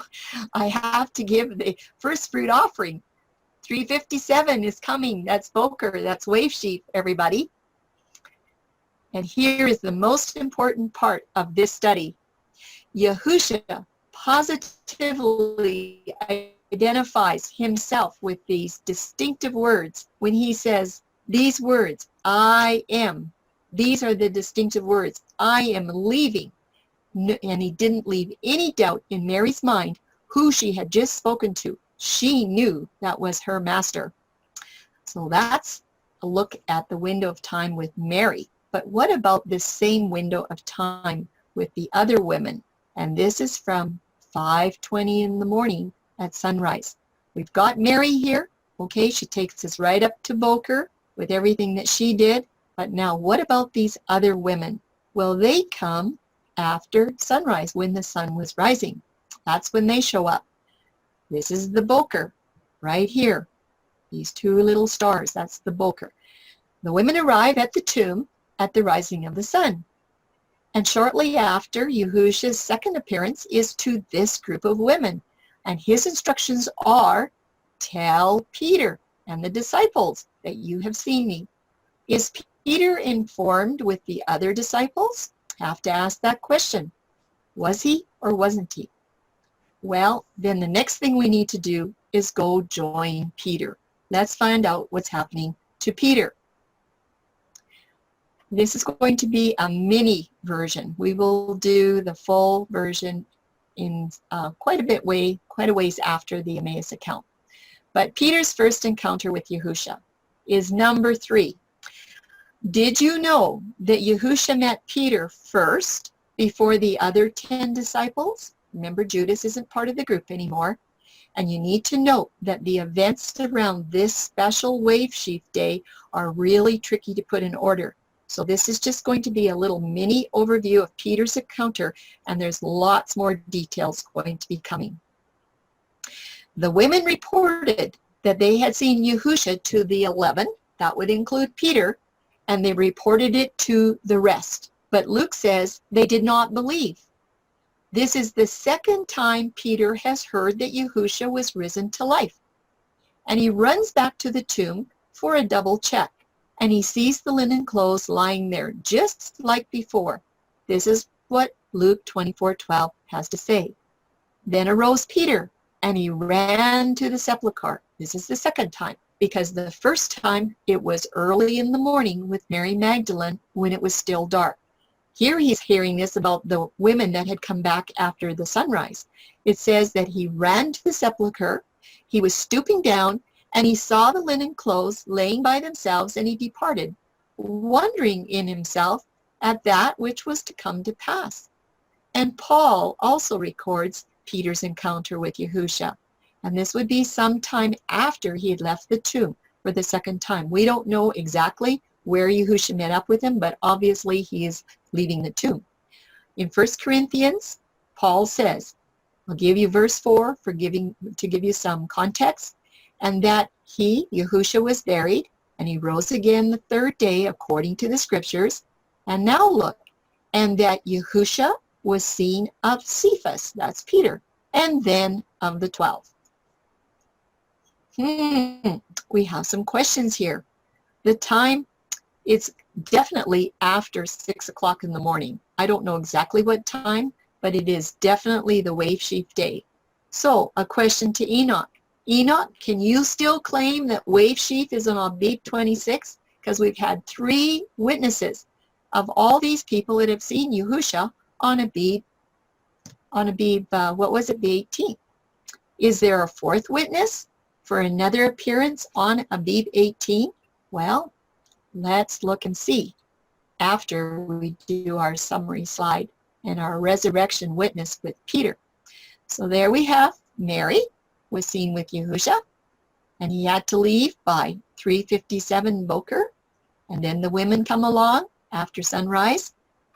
And I want you to note that Peter's first visit to the tomb was early in the morning with Mary.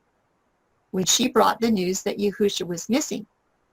Okay, we know that Mary was there first. She went and told all the brethren, okay? And then Yahusha shows up with the appearance of the women, and he says, go tell Peter and the disciples. And that's exactly what they did. So Yahusha's third appearance was to Peter. This was in the forenoon hours after he returned from the empty tomb the second time. Peter returned back to the group to report the good news to the others. But the question is, how long did he stay with that group? And there were instructions to Peter. Were there? Nothing's recorded. But if Yahusha told Mary and the other ladies, go tell the brethren, do you think Yahusha might have said to Peter, go and tell the brethren? Maybe they'll believe you, Peter. They're not believing the ladies. Just an overview, because now we're going to break from what we've been doing, and we're going to go into the last part. This is just a little bit of a sample of what's coming up. According to the Gospels, these next two events are only a few hours apart. One is the road to Emmaus with Cleopas and his friend, and one is Yahusha meeting the 10 disciples. And I want you to take note. This is all still on the same day. The two men going back to Emmaus, this was happening towards the evening of the first day of Abib 18. And when Yahusha shows up with the whole group, it is definitely in the evening, and it's probably even night. So let's take a look at this in detail. The road to Emmaus before the evening of Abib 18, the context of Luke 24, it begins with sunrise on Abib 18, and that's Wave Sheaf Day. Encounter number 4 begins in Luke 24:13, where he says, and behold, 2 of them went that same day, this is Abib 18, and it's before the evening, they went to a village called Emmaus, which was from Jerusalem about 80 furlongs, or about 7 miles, or 11 kilometers. Cleopas and his friend are discussing all the things that happened since Passover, and they're just in disbelief. And my goodness, Yahusha shows up, just like he's a stranger, and he gives them a scripture study. But they're nearing the village, and they see that the evening is coming. It's getting dark, and they constrain him to stay with them with 3 invitations. First, they say, abide with us. It's getting dark. It's towards evening. So sunset must have been coming, or they were already past sunset around 6:02 p.m. And then they said, the day is far spent. It's getting dark, in other words. They gave him 3 invitations to come and stay with them. And I did a little bit of research on this, and I found out that no stranger would ever accept the first invitation. They will wait until they get 3 invitations before they'll say yes. Well, that's what these men did. They were going to make sure that their stranger didn't travel in the dark. He comes in to eat with them, and when he begins to break the unleavened bread, they recognize him, and at that very moment, he vanishes quickly. So this has to be the Erev, or evening, by this time. What does it say next? In the same hour, they return to Jerusalem and to the 11. That's what it says. They come to Jerusalem and to the 11. So they're going back to that same group where Peter is in verse 33. Now, it's a 7-mile journey. So we have to do a reasonable assumption. If they're leaving somewhere between 6 to 7 o'clock from their place, it's going to take them some time to get to Jerusalem, even if they're running. So if they're going 7 miles, I'm just reasonably assuming that they need at least an hour to get there, and it's probably around 8 o'clock to 9 o'clock at night. And by this time, it is going to be dark. And guess what, everybody? Sunset did not change the day to Abib 19. But what happens next? We need to go and find out. Well, they head back to Jerusalem after the evening. Luke becomes very important in this study. in Luke 24:33, starting with the last half of the verse and verse 34. This is what it says. They, the two Emmaus men, returned to Jerusalem, and they found the 11 gathered together, and them that were with them. It has to be at least those women, and there could have been other followers, but we know the women were there for sure. It says they found the 11 gathered together, and them that were with them, this 11. And these ones that were with them, okay, the 11, or the women, said, Yahushua is risen indeed, and guess what? And has appeared to Simon. That's Simon Peter. Remember 1 Corinthians 15:5, Paul said, Yahushua was seen of Cephas, then of the 12. In Luke 24:35, they, which is Cleopas and their friend, told the 11 then what things were done in the way, and how Yahushua was known to them in the breaking of the bread. So they said, well, we saw him too. And as the Emmaus men find out that Peter was also seen by Yahushua earlier on Abib 18, it's really important to note that they were now with all 11 disciples. That has to include Thomas. You need to remember that for something very special. So what is the time? It has to be night. It is not evening anymore. And it is still Abib 18. It is the wave sheaf day. And we have a question for Enoch. Enoch, we have now discovered 4 post-resurrection appearances on Abib 18, none of them on our Abib 26. But there is one more witness. Is there a 5th witness for you, Enoch, for Abib 26? But there is for this one. Let's go and see after our summary. Here we are with our 4th resurrection.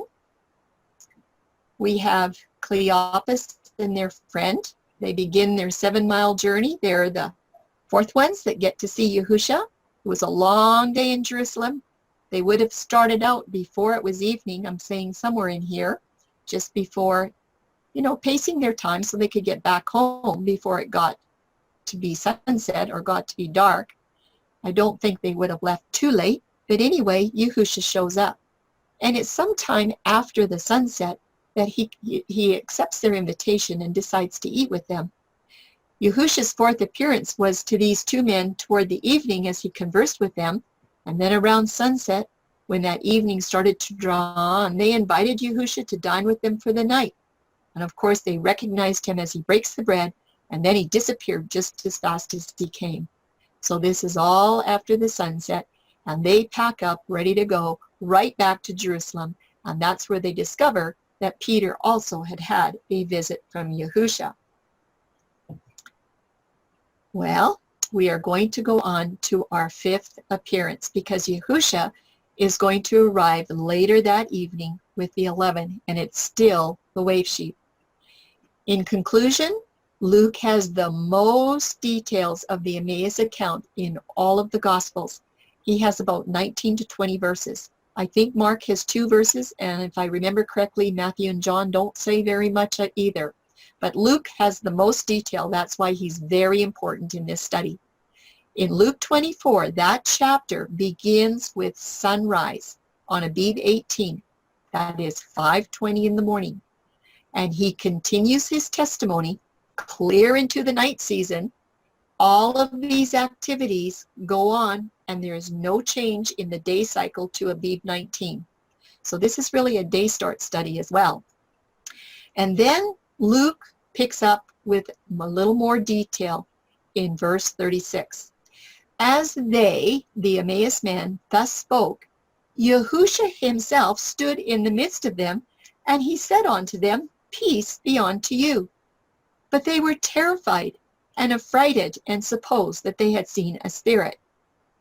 But Yahushua comforts them, and I have to tell you, only 10 disciples are here at this time, because between the time that the Emmaus men joined this group of 11, and between that and between the time that Yahushua shows up, Thomas left. He must have heard the report, And he probably thought, you know what, if Peter can see Yahusha, maybe I'm going to go too. We don't know, but he left anyway. Yahusha says, look, I'll even eat some broiled fish and some honeycomb. And that's exactly what he did. Now, we have to go back to John chapter 20. This is just before the Boker of Abib 18. But I want you to notice the timing of verse 19 in John chapter 20, because he's going to give some very, very specific details. This is what it said.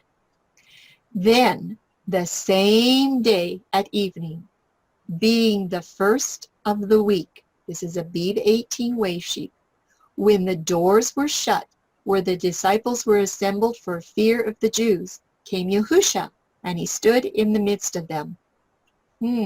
John is very, very clear. But everybody, we should get back to Peter. Let's do a little more work on Peter. There's going to be 4 slides here about Peter and his encounters. 2 encounters with this empty tomb, and then an encounter with Yahusha. And it happened like this. I took these verses out of the New King James Version, by the way. Peter's at the tomb the very first time before Boker. It tells us in John 20, verses 1 to 10. This is just a summary. He records that Mary Magdalene found the tomb empty. She fetches Peter and John while it's still dark. They witness the empty tomb and they leave for their homes. Remember, John said that he believed. He did not say that Peter believed. John believed, he just didn't understand. Next, Mary Magdalene told Peter and John that Yahusha had risen. Remember, she was told to go and tell the brethren. In verses 17 and 18, Yahusha is speaking to Mary. Go to my brethren and say to them, I am ascending to my Father. Mary Magdalene did just that. She came and told the disciples that she had seen Yahusha, and he had spoken these things to her. John recorded this, so he must have been a witness in the group of 11 when Mary reported the good news. But you must remember, John believed when he was at the tomb the first time. He just did not understand. Peter did not believe. The sunrise women were commissioned to tell Peter and the disciples. In Mark 16, verses 6 to 7, the angel said to these women, he is risen. He is not here. But go tell his disciples and Peter. Okay? So question is, did the sunrise women follow these instructions? Did they do as they were told to do? Well, let's look and see. We're continuing on Peter's 2 encounters. Luke 24, 9 to 11 has some answers. Then they, the context is the sunrise women, then the sunrise women returned to the tomb, and they told all these things to the 11. Okay, that includes Peter, and they tell it to all the rest. So they told everybody just like they were supposed to do. But before we read Luke 24, verse 10, I want you to know there are several gospel witnesses that record many women besides Mary Magdalene did follow the instruction of Yahusha and the angels. Okay, we only get a few of them that are named. But there is the Salome as well, and it says, and there are others. In verse 10, this is what it says. It was Mary Magdalene, there's Joanna, Mary the mother of James, and the other women with them who told these things to the apostles. And now look, and their words seemed to them like idle tales, and they did not believe them. Guess what? That includes Peter. He didn't believe them either. And also remember, in John 20, verse 8, it is recorded. Then the other disciple, and that is John the Beloved, who came to the tomb first, he went in also, and he saw and he believed. Okay? Now we want to take a look at Luke 24, 12. That follows the context of verse 11. And that has the time frame in it. This is an extremely important verse, verse 12. All of the women that had seen Yahusha told all of the disciples that they had seen him. But what happened next?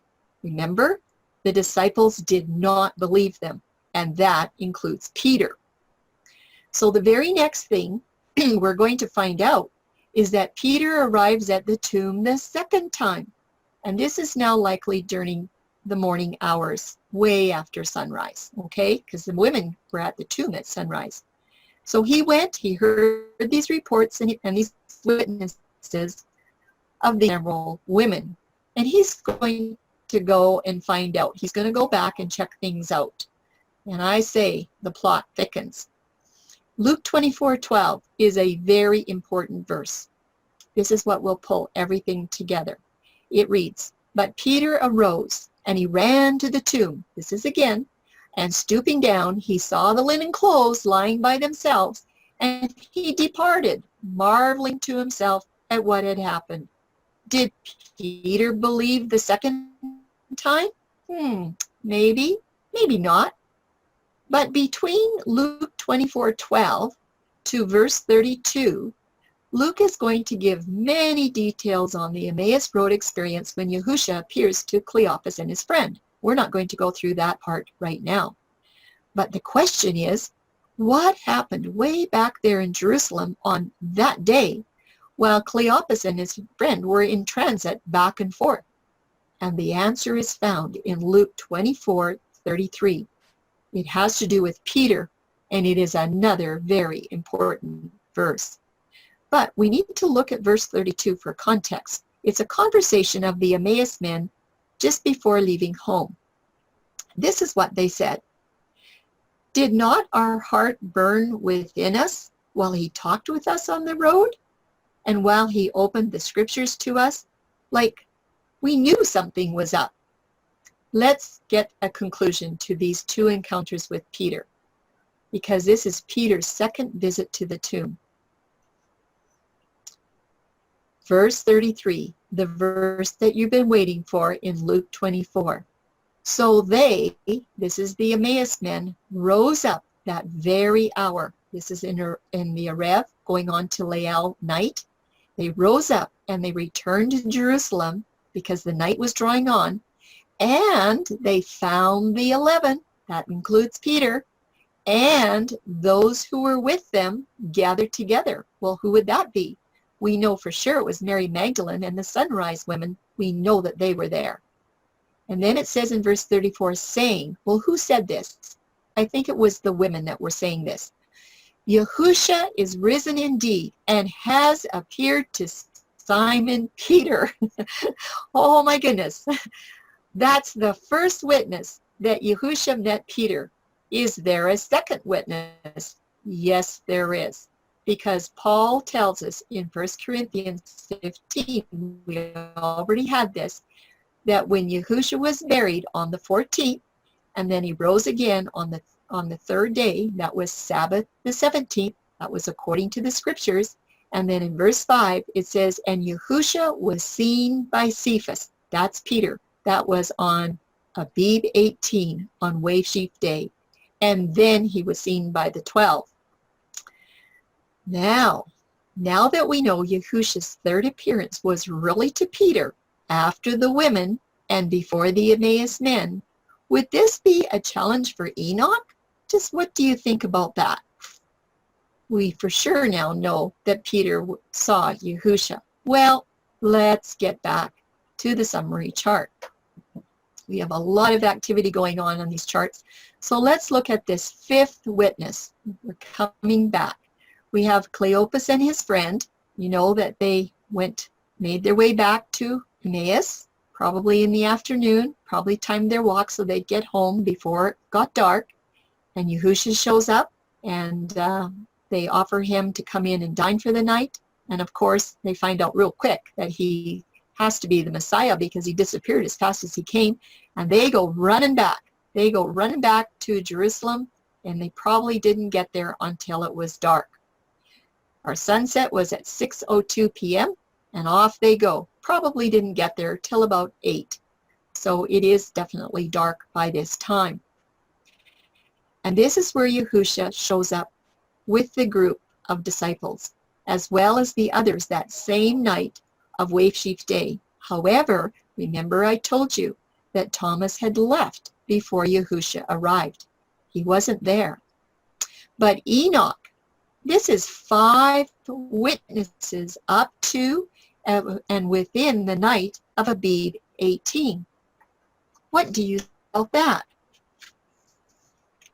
Well, we should go and look at John. John always has some interesting things. Let's go check out John. The reason is because John gives absolute clarity on the day and the date for all of these events. Remember I told you John's going to always break open the puzzles, all right? Get lots of help from Mark and Luke. So Luke 24:33, we have the 2 Emmaus men join the 11, and very likely it's already night, and they have their good news of Yahusha appearing to them, and then Peter says Yahusha appeared to him too.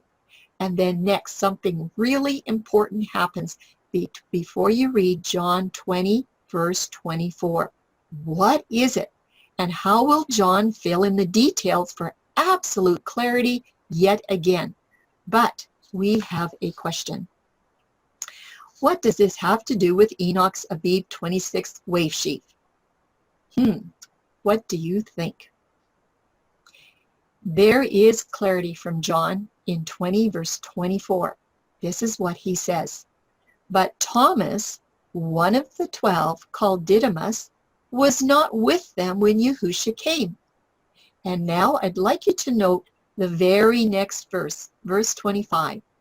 The other disciples therefore said unto, this was unto Thomas, we have seen the Master. But Thomas said unto them, except I shall see in his hands the print of the nails, and put my finger into the print of the nails, and thrust my hand into his side, I will not believe. There's no way you're convincing me. And this is in the night season. It's still Abib 18. Wave sheaf. He must have come back. This is the 5th witness and appearance of Yahusha on Abib 18. The question is, will Enoch be able to compete with that?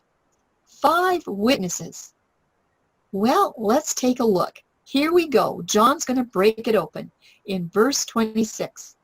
This is what it says. And after 8 days, again his disciples were within, and Thomas was with them. They came to Yahusha. Then came Yahusha, the doors being shut, and stood right in the midst and said, Peace be unto you. And then verse 28, and Thomas answered and said unto him, My Master and my Elohim. He was so happy. Guess what, everyone? It's time to test out this count. Let's do some counting. You knew it was coming. In Matthew 28:1, Mark 16:2, Luke 24:1, and John 20 verse 1. They all tell you that that was wave sheaf Abib 18 when you follow the events. There is absolutely no discussion about that. Then you take John 20:26 and you add 8 days to Abib 18. And that's when Yahusha appears to all 11 disciples on Abib 26. Everybody, does that ring a bell with you, Abib 26? Does that ring a bell with Enoch? Abib 26. Do you know what? 8 days after wave sheaf, on Abib 26, it was the 6th post-resurrection appearance of Yahusha, and it was special. It was just for Thomas. Just for Thomas on Abib 26. Does Enoch adhere to an Abib 26 wave sheaf? Does he adhere to an Abib 26 wave sheaf because of the claim Yahusha had to move his wave sheaf a week later to go through a cleansing first? Does he absolutely think that Yahusha had to be cleansed according to the book of the law commands for being around some dead person? He was not contaminated by the tomb because no dead body had ever been in that tomb before. It was clean. No, 6 witnesses prove that Yahusha was not unclean and that he did show up for wave sheaf the very day he was supposed to, the day after the resurrection Sabbath. Does Enoch adhere to an Abib 26 wave sheaf because Yahusha met Thomas on that day? I think not likely. What do you think? I'm pretty sure that's why Enoch did not choose Abib 26. This is section 13.5. We're going to put everything together. We have our fourth watch here, Mary's time at the tomb. Number 1, she was the first one to meet Yahusha. He had to leave by Boker, and then at sunrise, the other women come along. They meet him as well. Not long after, Peter runs back. He has to check things out because he heard the women tell. We saw him. We met him. Peter runs back, and on his way, I think coming back from the tomb, because he looked in, he saw it was empty, Yahusha shows up and says hi to Peter. And then at number 4 is the Emmaus men, and Yahusha shows up with them as they're on their way back to their little town. Sunset is at 6:02 p.m., and that's probably when Yahusha was breaking bread with him after the sunset there, and then they saw who he was. They recognized it was him, and he disappeared. They run back to Jerusalem. They get there around night, probably around 8 or 9. And while they're with the group of 11 and Thomas had left, Yahusha shows up to these 10 disciples. It was quite a day. There was a lot of activity going on. Just a little mini summary of this 6th resurrection witness for Thomas and the disciples. And my chart is not to scale, you can tell that. What do we have? Many, many witnesses on Abib 18 wave sheet. First thing was Mary in the morning. The women, he met up with the women first. It was Mary and then the other women after the sunrise. And then he met up with Peter, and Yahusha met up with the Emmaus men, and he also met up with the 11 disciples, or not 11, with 10. But you have to wait. You have to wait for another big surprise, because the next 8 days are absolutely amazing. John 20:26, I will read it again. And after 8 days, again his disciples were within, and Thomas was with them. And then came Yahusha, the doors being shut, and stood in the midst and said, Peace be unto you. And Thomas answered and said unto him, My Master and my Elohim. Yes, he met Yahusha on Abib 26. After 8 days, how convenient, it lands on Abib 26, and Yahusha is now with all 11 of his disciples. But ponder this.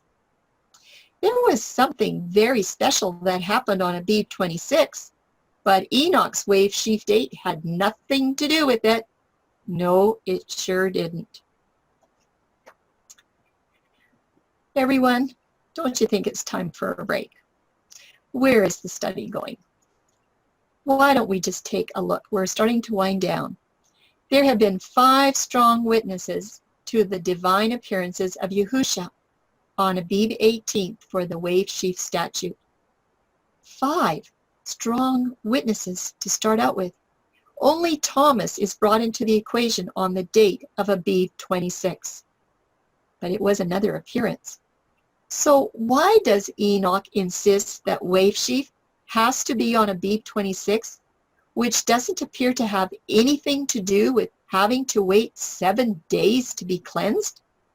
And that's going to bring us back to calendars of Moses and Joshua on covenant calendar and Enoch. And we're going to look at Torah's 50-day count for the Omer, not at Enoch's. We're going back to these calendars one more time. You probably have these memorized. You probably dream about them. Anyway, Joshua followed the Torah calendar statutes. He declared that wave sheaf is always the day after the weekly Sabbath within the Passover festival week. That's where it is. It is not on the 16th. It is always right there. And then he counts out his 7 weeks. And yes, there you go.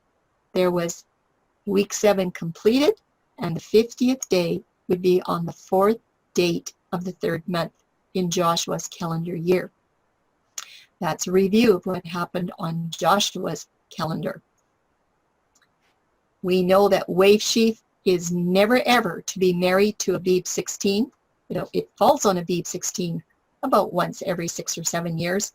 But any wave sheaf that is married to Abib 16, Joshua claims that it is a counterfeit calendar. Let's look at the covenant calendar count of Moses. You've seen this before. His Passover was on the 14th, on a third cycle, just like Enoch says. And the wave sheaf would have been on the 19th had they celebrated it that year. And you count your 7 weeks, and you get to Shavuot on the 8th date of the 3rd month. But Enoch has his count on the 15th date of the 3rd month. So he's made a mistake of the 15th, and it ends up being a count of 57. Shavuot is the 8th day. It is not the 15th day as Enoch teaches. Enoch has a locked calendar. He will not move from this date or this count, but Yahuwah's calendar is unlocked. This counterfeit count of Enoch on wave sheaf in this first month, remember I told you he's got Passover on a Tuesday, and that's perfectly okay. But putting that wave sheaf on the 26th is where the problem starts in. And of course, his 2nd month, we all know he has to count his 7 weeks. And his 7 weeks in the 3rd month are going to put him with a 50th Omer count on the 15th. It's a week later than Torah. It was never ever supposed to be that way. He is not following Torah statutes. Wave sheaf always follows the weekly Sabbath outside of the Passover festival with Enoch. And that always places Enoch's Pentecost on the 15th day of the 3rd month. And do you remember the absolute distinct reason that this was happening? Because he's a week later than Torah. Remember? A week later than Torah. Could the reason for Enoch's placement of the Pentecost on the 15th day of the 3rd month, being 1 week late, be due to not following the context of Exodus 19:1? And it says, in the 3rd month, when the children of Israel were gone forth out of the land of Egypt, the same day, not the date, they came into the wilderness of Sinai. And in Moses' 1st month, he had his Passover on a Tuesday as well, and the unleavened bread was the day they left on the 15th. And what is Enoch doing? He's got his wave sheaf a week later, 1 week later than Torah. Enoch insists on the 15th date for the Pentecost, and the only way you can get to that is to start with Abib 26. There is no other way. I think Tim is going to do our slide 79, and then I'll be back for a bit, and then he'll finish off for us. So Tim, we'd like to hear from you. So far, Enoch's Abib 26 placement does align perfectly with the 15th day of the 3rd month for their 50-day Omer count to Mount Sinai. But is Exodus 19:1 looking for an Omer count? The Exodus 19:1 scripture is speaking of the day that Moses led the people out of Egypt. The verse is referring to the 4th cycle, which is a Wednesday in pagan terms, not the 15th date of the month. While it is true that people did leave on the 15th date of the 1st month, the proper calendar count for the Omer must begin on the day after the weekly Sabbath in that Passover festival week, or Abib 19 had they celebrated wave sheaf at that time. However, Enoch knows Pentecost is not to be celebrated on any 4th cycle. Isn't it interesting that the 15th date fits perfectly on a 1st cycle in the 3rd month, suiting Enoch's Pentecost? Question: is it possible Yahuwah designed things this way as a test for the true wave sheaf and Shavuot count to expose these counterfeits? Yeah. Well, I will do one more slide with you, and then we'll be done with these charts. The gospel account is very clear, everybody. Wave sheaf is always going to follow the weekly Sabbath. It has to be within the Passover festival, and that's exactly where Yahushua's 5 appearances were, right on that Torah wave sheaf. The Omer count number 1. That's pretty big. The 26th is a counterfeit wave sheaf, and it will get you to a counterfeit Omer count of the 15th day of the 3rd month. Enoch's counting, he makes a mistake of 57 days, and he has a counterfeit Shavuot. But there's a lot more going on than that, than just a false counting. We're going to find out about that. And Tim, will you take us through the rest of the study? Are you amazed? Are you amazed at how clear the Torah statutes are for honoring the wave sheaf and Shavuot festivals with exact precision? You know, I once heard that we have to go to different sources to study because the scriptures don't have doesn't have enough information on the calendar. I'm amazed at that statement after we've studied so much and we hear all these facts and we see them played out time after time again. Are you amazed? Joshua is so clear on the celebration of wave sheaf. There can be no mistake for the correct day. Once again, the scriptures are ultra clear for those that will study. Number 3, are you amazed? The calendar of Exodus 12 and the gospel witnesses expose the darkness of Enoch's ideas so clearly. Number 4, are you amazed at how Enoch has attempted to remove a very important key to our salvation? What is that key that Enoch's counterfeit calendar count has attempted to remove?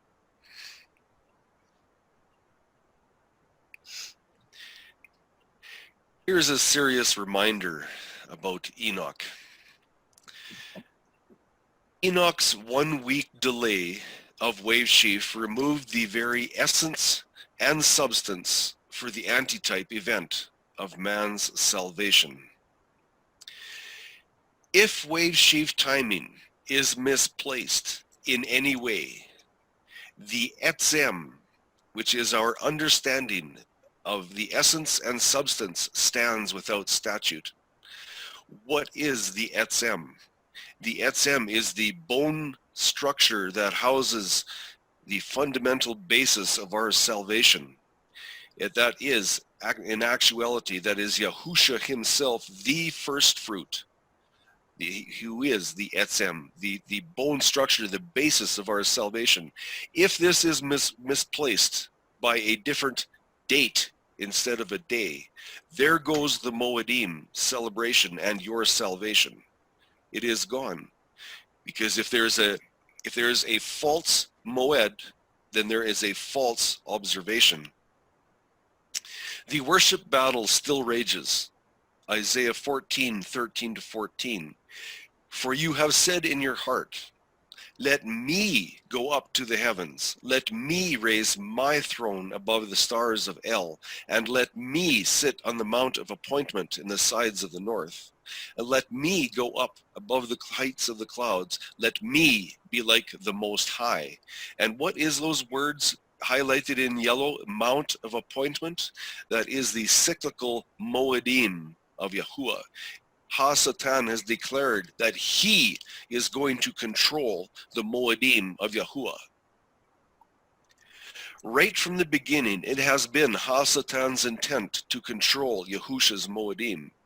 In mighty ways, Ha-Satan has achieved this very desire by removing every antitype fulfillment onto his counterfeit schedule, thus creating, number 2, an imposter first fruit teaching with imposter dates for wave sheaf and Shavuot.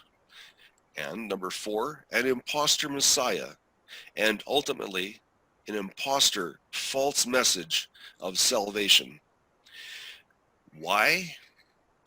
Ultimately, Hasatan wishes with all his heart for death to mankind. It's who he is, it's what he does. He is the master deceiver.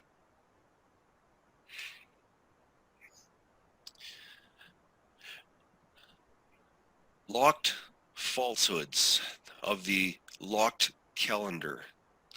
This is what happens when you go by doctrine that you do not find in the scriptures. The New Year's Day is locked to the fourth cycle of the week. That is unscriptural. The Passover is locked to the third day of the week. That is not scriptural. The wave sheaf is locked to Enoch's desire where he wants it, not to what is written in the scriptures. He wants it on the 26th of Abib. It is not scriptural. When the wave sheaf is locked to a false moedim, you have a false impostor first fruit observation.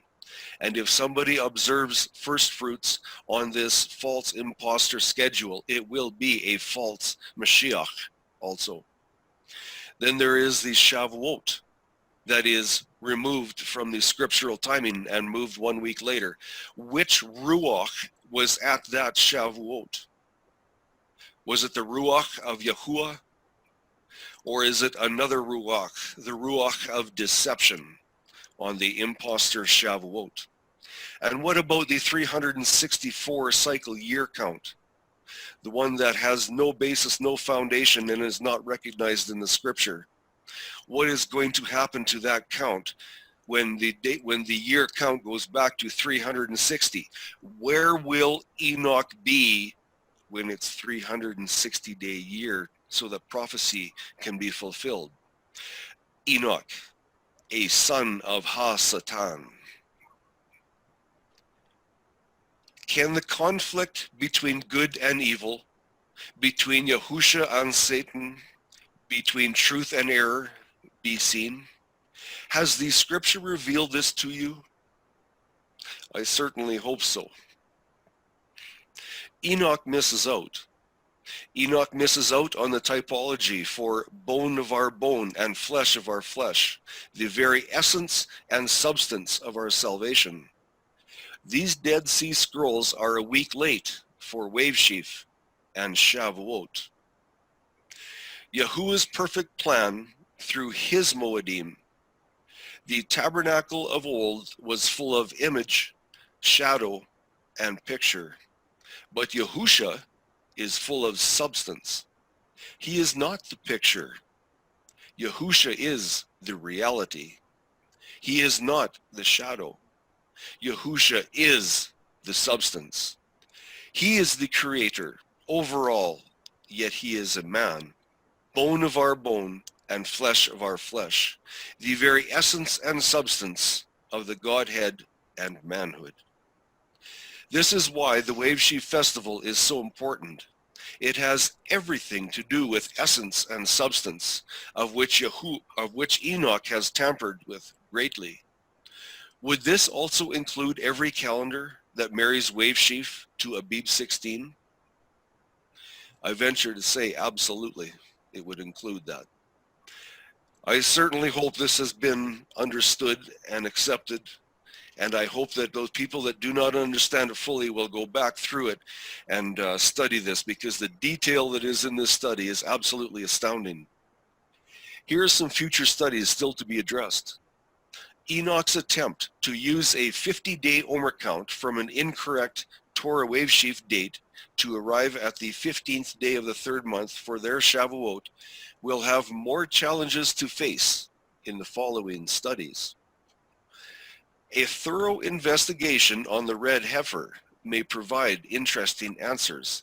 Yes, that will give Enoch headaches big time. And let's not forget about number 2, Paul's witness on the timing of Yahuwah's Pentecost count.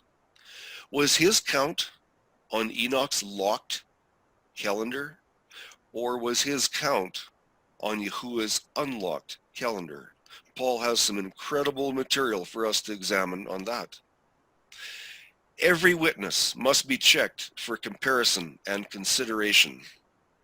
Every witness. I have been accused of being obsessed with calendar, and I take that as a compliment, because the things that have been brought out in these years of study is absolutely blown me away. It fascinates me on how clear the scripture is, how precise the scripture is, and how well documented. When Yahuwah said that he has written nothing in secret, that's true. Everything is there for those of us who will study. Thank you for being here. We appreciate your time greatly. Here's the contacts. And this is the end. Thank you very much. Thank you, Tim. Thank for you, helping. both Tim and Charlene. Talk about details. I'm positive we have some comments and questions. Who wants to go first? Tim and Charlene? Thank you guys. I mean, Charlene, you're kind of rocking my world there for a minute. I know you did say, some of it is going to take some presumption, but when you were down to the minute, 401 and things like that, I was going, what? That was kind of like, I'm not sure how you did that, but it does line up with the word. So, if you're off a minute or two, I'm okay.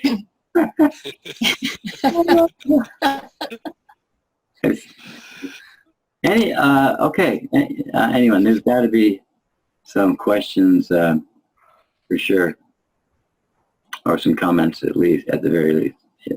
Unless you guys are just getting, too good, and there's not a whole lot of comments or questions. I'm not sure what it is. Michelle got her hand raised. Excuse me for the hiccups. Well, Charlene, you could tell all the work you've put into that presentation. My goodness, it must have taken you months. It's phenomenal. And thank you so much for doing it, and for your part too. Also, Timothy, it's incredible. My question is, you explained very well why the Enoch calendar is wrong, and you gave a possibility of where they went wrong with that verse, where they may have misinterpreted day for date. But I was wondering, do we know what verses or whatever they're using to get the year start wrong, or for adding extra days, or the rest of it?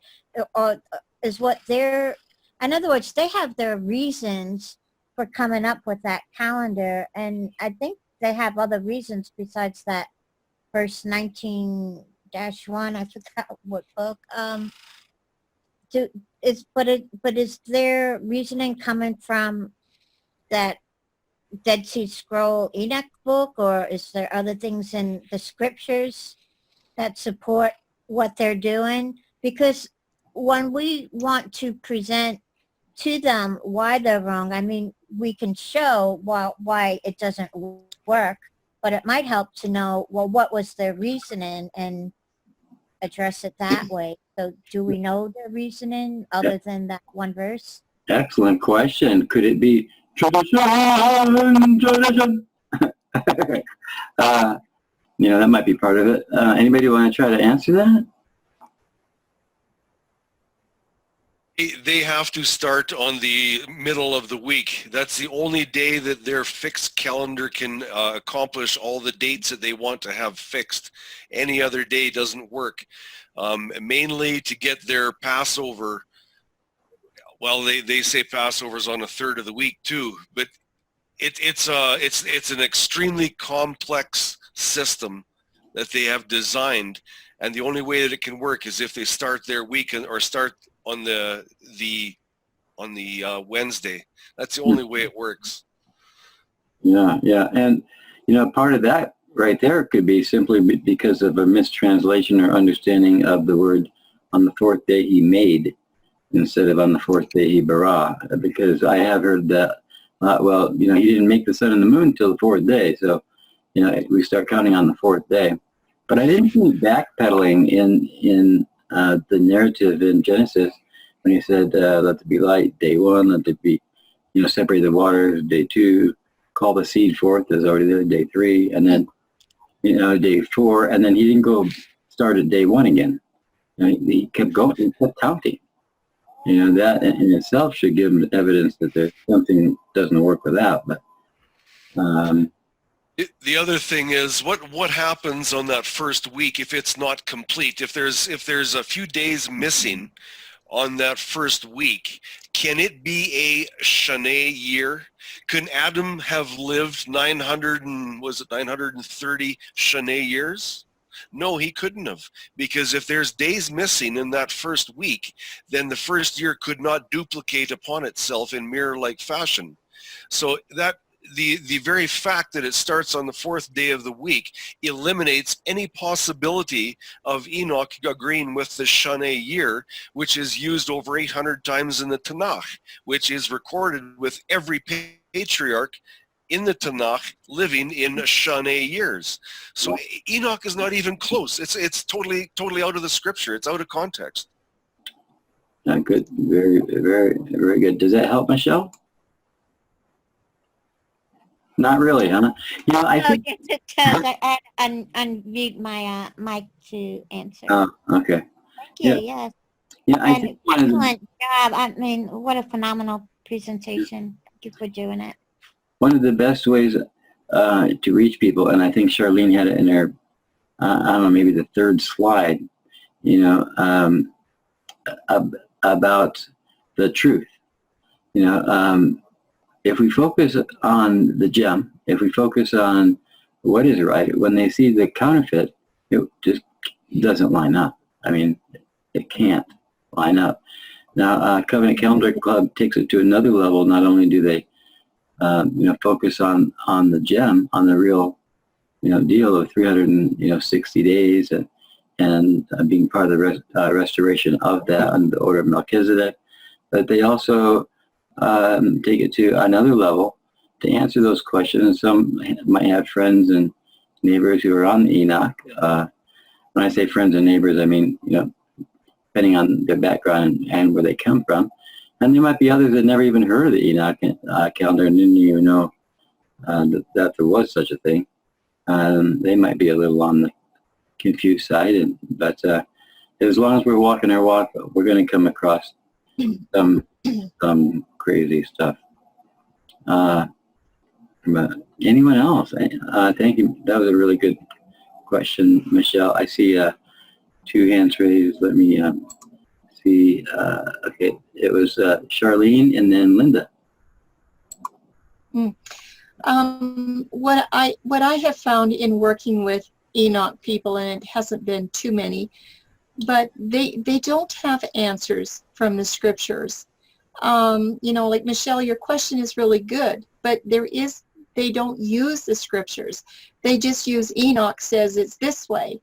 And so, you know, basically they don't use the moon for the month, but I've really never seen any teachings from them myself of why they don't use the moon. Yeah. I have never seen any teachings about why they do start their year on the fourth cycle of the week. Now, that's the most common. Some of them do start on the Sunday, but there's still a fixed calendar. All I have seen myself, and Tim can answer to this maybe a little bit better than me, is that this is what Enoch says and this is what we do. And Enoch was the seventh from heaven and from Adam, and he's, you know, everything is like Enoch has a halo around his head. They don't seem to think too much about aligning it with Torah, and that's what I don't understand. So Tim, you might be able to answer more because he's been working on this on another study. Sorry, I wasn't listening. I was typing. So I was just saying, I was just saying, Tim, that Enoch doesn't have reasons from the scriptures or from the Torah about why they do these things. It's just mostly, well, Enoch says this, and there's no rhyme or reason to it. Enoch doesn't explain why they do these things. It's just Enoch says it, and that's what they do. Is that your experience as well? Yes, and then recently I've been communicating with a man who told me that the reason the year is 364 is because Job was complaining about his birthday and had it removed from the year. Wow. Yeah. What verse is that? Well, it's there in Job, and you're going to be seeing this. I've done a rebuttal. You're going to be seeing this come out sometimes in the future. Anyhow, they take little tiny instances and they point to the scripture and they say, "Oh, see, Yahusha quoted Enoch because it says the same words," and each one of them is absolutely certain, beyond any shadow of a doubt, that the Enoch is the son of Jared that walked with Yahuwah. But if the Enoch is the son of Jared, the man that walked with Yahuwah, why is it that it is so in opposition to the scriptures? Why? You know, they just point to this because of the name Enoch. It's a character association, is what it is, and they're just sucked right in. They believe it just because, but their basis for scriptural proof, it is so weak. It's almost non-existent.